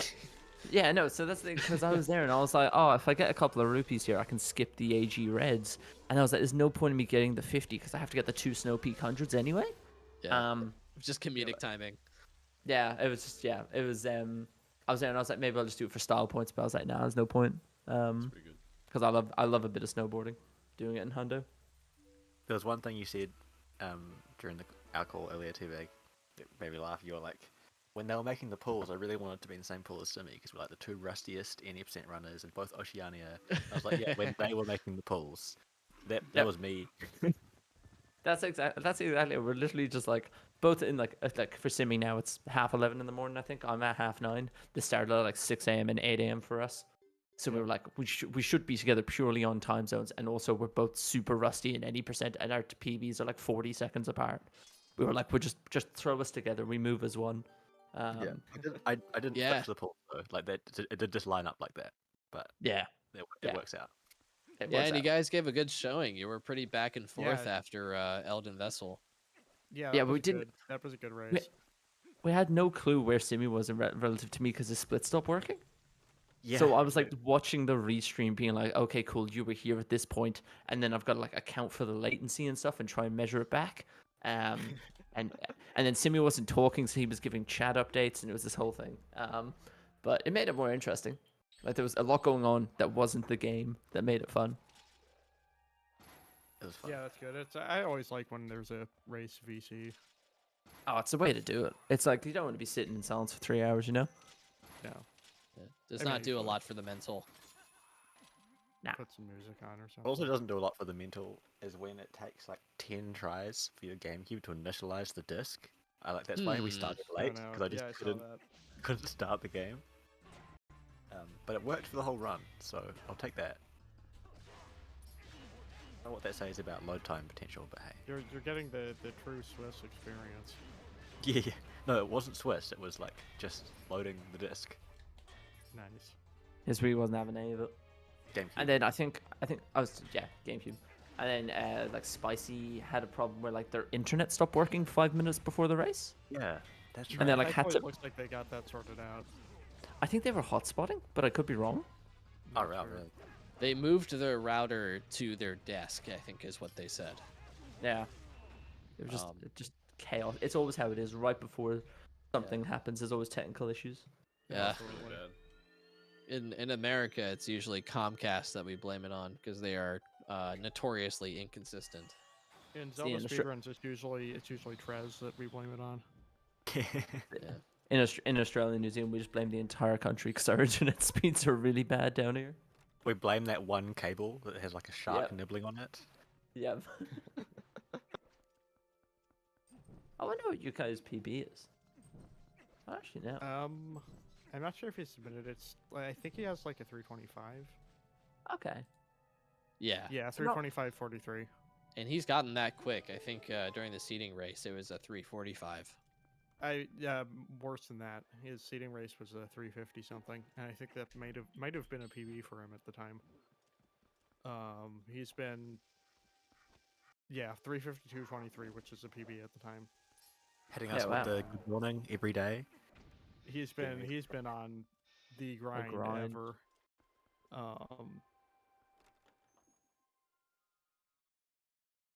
Just really, really impressive progress recently. Okay, so in terms of bracket now, this means that I'll actually open the challenge. You go Goes last up chance. Yeah, I go up last against the winner of one of the pools. I think the pool has like Marco, Dean, Yep, that one. some others in it. Yeah, so you're likely. I guess I can't put this in now actually. Why the hell not? What does Yeah, it my live pool is a update. bit stacked. We're We've pool got, one. Right? Yes. Yeah. Yeah, we're pool one. I have to assume pool 4 goes in seed order, but I'm not sure. Well, I think pool one has first seed, pool two has second seed, so on and so forth. Yep.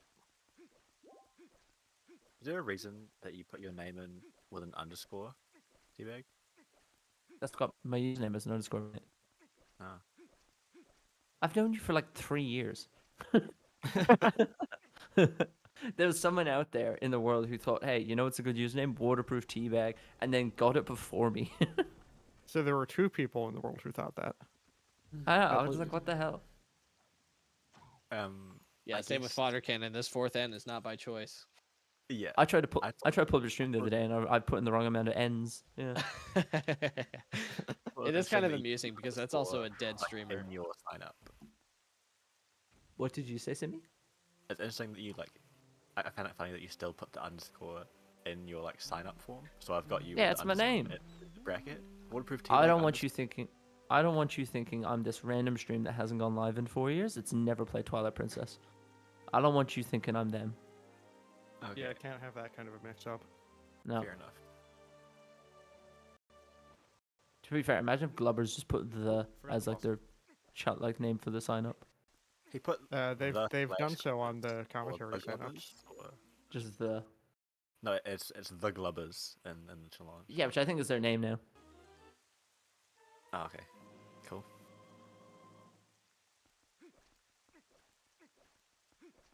Yeah, pool got the ball. 4 is Doopsy, Andy, Cass, myself, and Tuffy. So 3 people.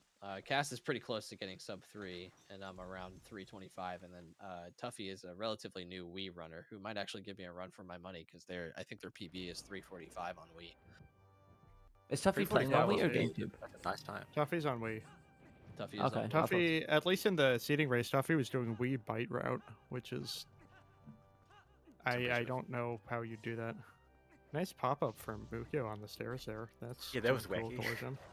I'm watching the stream, not the actual restream page, so I only saw that as you said it. Yeah, Battle says Tuffy summer best is 318. That's Wow. You better get ready, fodder. Yeah, I'm going to be Tuff- practicing all day tomorrow. Tuffy's been around the community for quite a while. Yes. Like, even though they haven't been running, they've still been around for ages. And Wii runners definitely should not be slept on because they are very hardcore. Well, also Yeah, I in your think bracket it's- is Andy, who's like got a bunch of Wii World Records and then also has a sub 3 in GameCube. Yeah. Has some GameCube records as well. Really? Does he? Low percent. He's got low percent right now. Oh, he does. Yeah, he got the sub 14 in low percent. Yep. I think it's likely that I'm going to be up against Fernan in my first head-to-head, so that'll be neat. Another Wii runner. Wii runners galore. Place to be. Yeah, I believe we have 3 Wii runners and then we have a no S&Q runner as well. Oh, Garm. Oh, right. Andy also has Goran Mines RTA. Duh. Not on GameCube. On Wii. Yeah. Oh, right. Done. I forgot what I said. Who has it on GameCube now since the new thing? Beast? Anna? Beast. I think it's based. Anno I know had Anno it got it. and Anno- Beast. Oh, he did. Yeah, the trick got found, and then Anno just went, "Oh, I'm gonna go get world record." I Just thought got it with the Beast. first I run. mean, fair enough. Yeah. I was so confused because I opened the Discord like randomly. Well, I think what The happened is first he had it for console about was 4 hours, and then Beast got it. They Yeah, I raced think each we- other. They raced, which was sick. But like I opened Yeah. my phone and saw Anno's split. I was like, that seems wrong. How Yeah. did that's not a time that you can what? And I scrolled up What and did I I was like, miss? wait, what happened? I always think about like when Lord Skip got found for any percent in Demon got a 1 second world record over Marco, even though Lord Skip saves as much as it does. Like it was just he got a 1 second world record. Hey, it counts. 1 second That's world record amazing. was 1 second over his own time. Or was it 1 And- second over Marco as well? Ooh, I think it was over Marco because then he beat it by like a minute. Hmm. I think. I'm pretty sure I could be wrong. his current PB was like a 0.8 second PB. That was the Zelda miracle. Yeah, I think he's had 2 1 second world records. classic. That's crazy. He was negative. His BPT was a second behind PB. Behind world record into Zelda, and then got a gold puppet Zelda and world recorded by a second. Doesn't seem like Ukyo's getting a gold puppet Zelda though. She's No. just dancing around. Yeah, that's unfortunate. That's how this goes sometimes. And now Nimzo and Marco are creeping up on the world record during Wolfdash, which is very exciting. Yeah, they're Yeah. both great. Easy time for Nimzo 80% at all levels. has a. I think Nimzo graduated or something, so now has time to grind. So like they've always been around, we're- and they've always been a great runner. We're all screwed. They've- Yeah. yeah. Nimzo is killing. Now Now, he for has a anyone learning- degree and free time. For anyone learning, his Elden Twilight is something to watch. It's I probably need to. it's the best community gold out there, I think. I'm so bad at Elden, I need to do that. Yeah. If anybody watching actively runs this game, I'm sure a lot of people that are watching are, because, you know, Twilight Princess is fun to watch. If you have time, definitely pull up higher level runners and watch some of their movement heavy sections like Twilight's, because, you know, there may just be like different small routing that they do that can save you say 15-20 seconds that you just don't even realize. They go pretty fast. Yep. It's This also kind of game's just like- it's a lot of movement in here. I'm amazed that we have 32 people in this tournament at all. It's, Yeah. it's nice. And running straight through them. Yeah. Twilight Princess is alive and well. What in the 32. heck is Ukyo doing? Oh, I think they just I missed don't the know why A he press. didn't do that one. Yeah, I don't know why that didn't work. This one should be... Yeah. We're definitely... I'm watching on the stream. As commentary goes, we're going to be so delayed. Oh wait, do you have his stream up? No, I have the ZSR stream up. Oh, okay, yeah. So, Oh yeah, did you guys see when I randomly put on my webcam? I did. I saw the I jump did. scare. Yeah, okay, yeah, cool. I put teabag jump scare in chat, and I don't think anybody picked up on it. I was I like, agree with the Marty's restream dead. can't. Yeah, Arju the told me to restream put on my can't see it. webcam. You Yeah, did. good restream old can't. Arju. Arju, why didn't you sign up for Wolfdash? He's doing Wrath. He is Yeah. doing all mirror shards, I believe. Yeah, he's doing all mirror Cool. shadows. I think Orcus is doing all few shadows, and they're racing against Midlands 80%. Yeah, it's an exciting year for Twilight Princess. That's gonna be. I'm gonna have to remember when that is. It is. Let's see. I have it on my calendar. It is the last full weekend of July, the 26th and the 27th. Cool. We'll probably have some community races as well. Like after Wolfdash finishes, we'll probably go back to the community races where like we do normally like I'd have to 8% every imagine. other week, and then like Hundo, AMS, Gore Mines RTA. Sometimes a bit sure. of fun ones like Pirate RTA and that. Yeah, we should do an all dungeons. Yeah. Do And another not- Hundo one. I'm saying this because I need an excuse to pick up all dungeons again because it's a fun category. Yeah. Hundo could also be cool. The last Hundo race really wrecked me. That was great. Yeah. We were in the call, and Yukio was saying how GG to they were Ukyo. really GG, enjoying Ukyo. the GG race at because they were Ukyo. learning things on the fly. Yep. Also GG.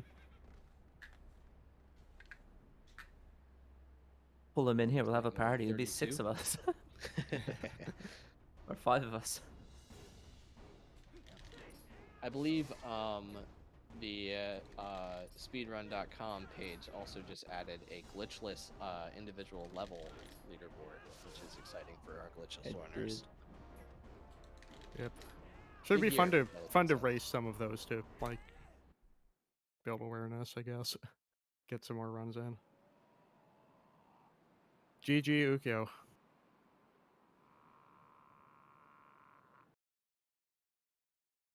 Here Welcome we are. in.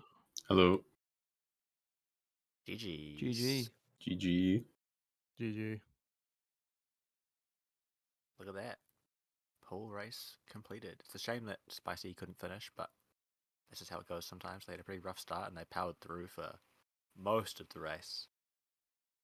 Yeah, Yeah, we Yukio, get it. 332 in your second restreamed race. That is crazy for the amount of time that I've understood that you've been practicing this game, which is under 2 months, right? Yep. Yeah. Yeah, great work, dude. So pretty.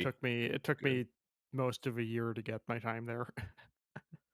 I'm just happy that I brought down like the 9-minute time loss from City down to like 6 minutes 40. So I feel like my late Yeah, game that looks. got a I'm little looking at better. your splits there. That looks pretty good. Yeah. I got And that- quite you a know- few golds. Like yeah, like 1, 2, 3, 4, 5, 6 golds. So you know, at Sweet. least I learned something. I feel like I practiced under the Yeah, pressure of competition a little you're bit improving. too. So feels good. Definitely a different feel in the race. Yeah, that's something that a lot of people sleep on that I also need to practice what I preach. Practicing individual dungeons or individual sections like City in the Sky can bring down your overall time significantly. Yeah, I gotta do some more of that. As demonstrated, if you don't practice Palace, you can lose 5 minutes. You can. The Palace of Time Loss. Palace of Yeah, practice. I was a little upset about Zant because I was like really preparing mentally for the Zant fight, and then I just lost it because I hit the early third hit. and it threw me off cycle. I was like, here we I go. see. Yeah, that sucks. Any favorite part of the run? I What's feel your- like my what's your Hyrule highlight? Castle was pretty good, aside from my Dark Nut fight, because I guess I'm not that comfortable with the perfect Dark Nut pattern. But other It than that, takes some getting used to. I was happy with the rest of it, at least a little bit. Yeah. Some That's good how big advice thing from is. the world record runner: practice the Hyrule Castle lantern puzzle. Yeah. Thank you, Bewilderbeast. At Simikins. My favorite part of the run was probably leaving Palace of Twilight after getting Light Sword, without finishing Palace of Twilight. Oh, I missed that. Yeah, That's, I had to that's re-enter Palace of Twilight. Well, you know, you've got some free time saved for next time. Yeah, that's race brain right there. But GG's to everybody. Yeah. Yeah, great work GG, today. everyone. So that puts Yeah. Wildebeest GG's to all. into the final brackets. I'm into the last chance pool, which is yet to be determined when that'll be, because the other pools have to finish, of course. Then Yep. Gil and Spicy Juice have gone down to redemption bracket. And we're going to be having, the pools are still to come, but we're nearing up the end of that phase, and the 1v1 stage of the bracket is coming up soon. So Yep, There's should more just be races tomorrow. 3 pools left at this point. are they all tomorrow? They are all all tomorrow, starting Yeah, at Yes, it's packed out. 11:45 Eastern, and then 2 p.m. Eastern and 6 p.m. Eastern. Sick. Yep, it's a triple header tomorrow as we're finishing up all the remaining pool races, and then after that will be the last chance, so the bracket will be set, and we'll get into the head-to-head stages. I think Damn, so we potentially just as soon watch as Sunday. 80% all day if we wanted. That's wild. Not that I'm going to do that, but But you if could, someone yeah. wanted to. Yeah, it's gonna be fun. I think I'll be on commentating for at least one of them. I think the Nice. last one with Might double check your Jaqaid. times and see if I can as well. Yeah, I hope so. Yeah. GG's everyone. GG's. Glad we can have a fun race to show the ZSR community some more of Yeah, TP it's a and good one. Infinite. Show them a bit of jank, Yeah. bit of rust. Definitely some jank. And as Yeah, my it's like first we're time on about ready to wrap it commentary, up. I've also Nice. realized some things that I could work on as a runner, which is fun. It's Hey, I'm nice. about to go back and watch the VOD. I can't wait to see what you guys are saying. We were talking Oh, on you the only whole nice time, things. Ukyo. Oh shoot.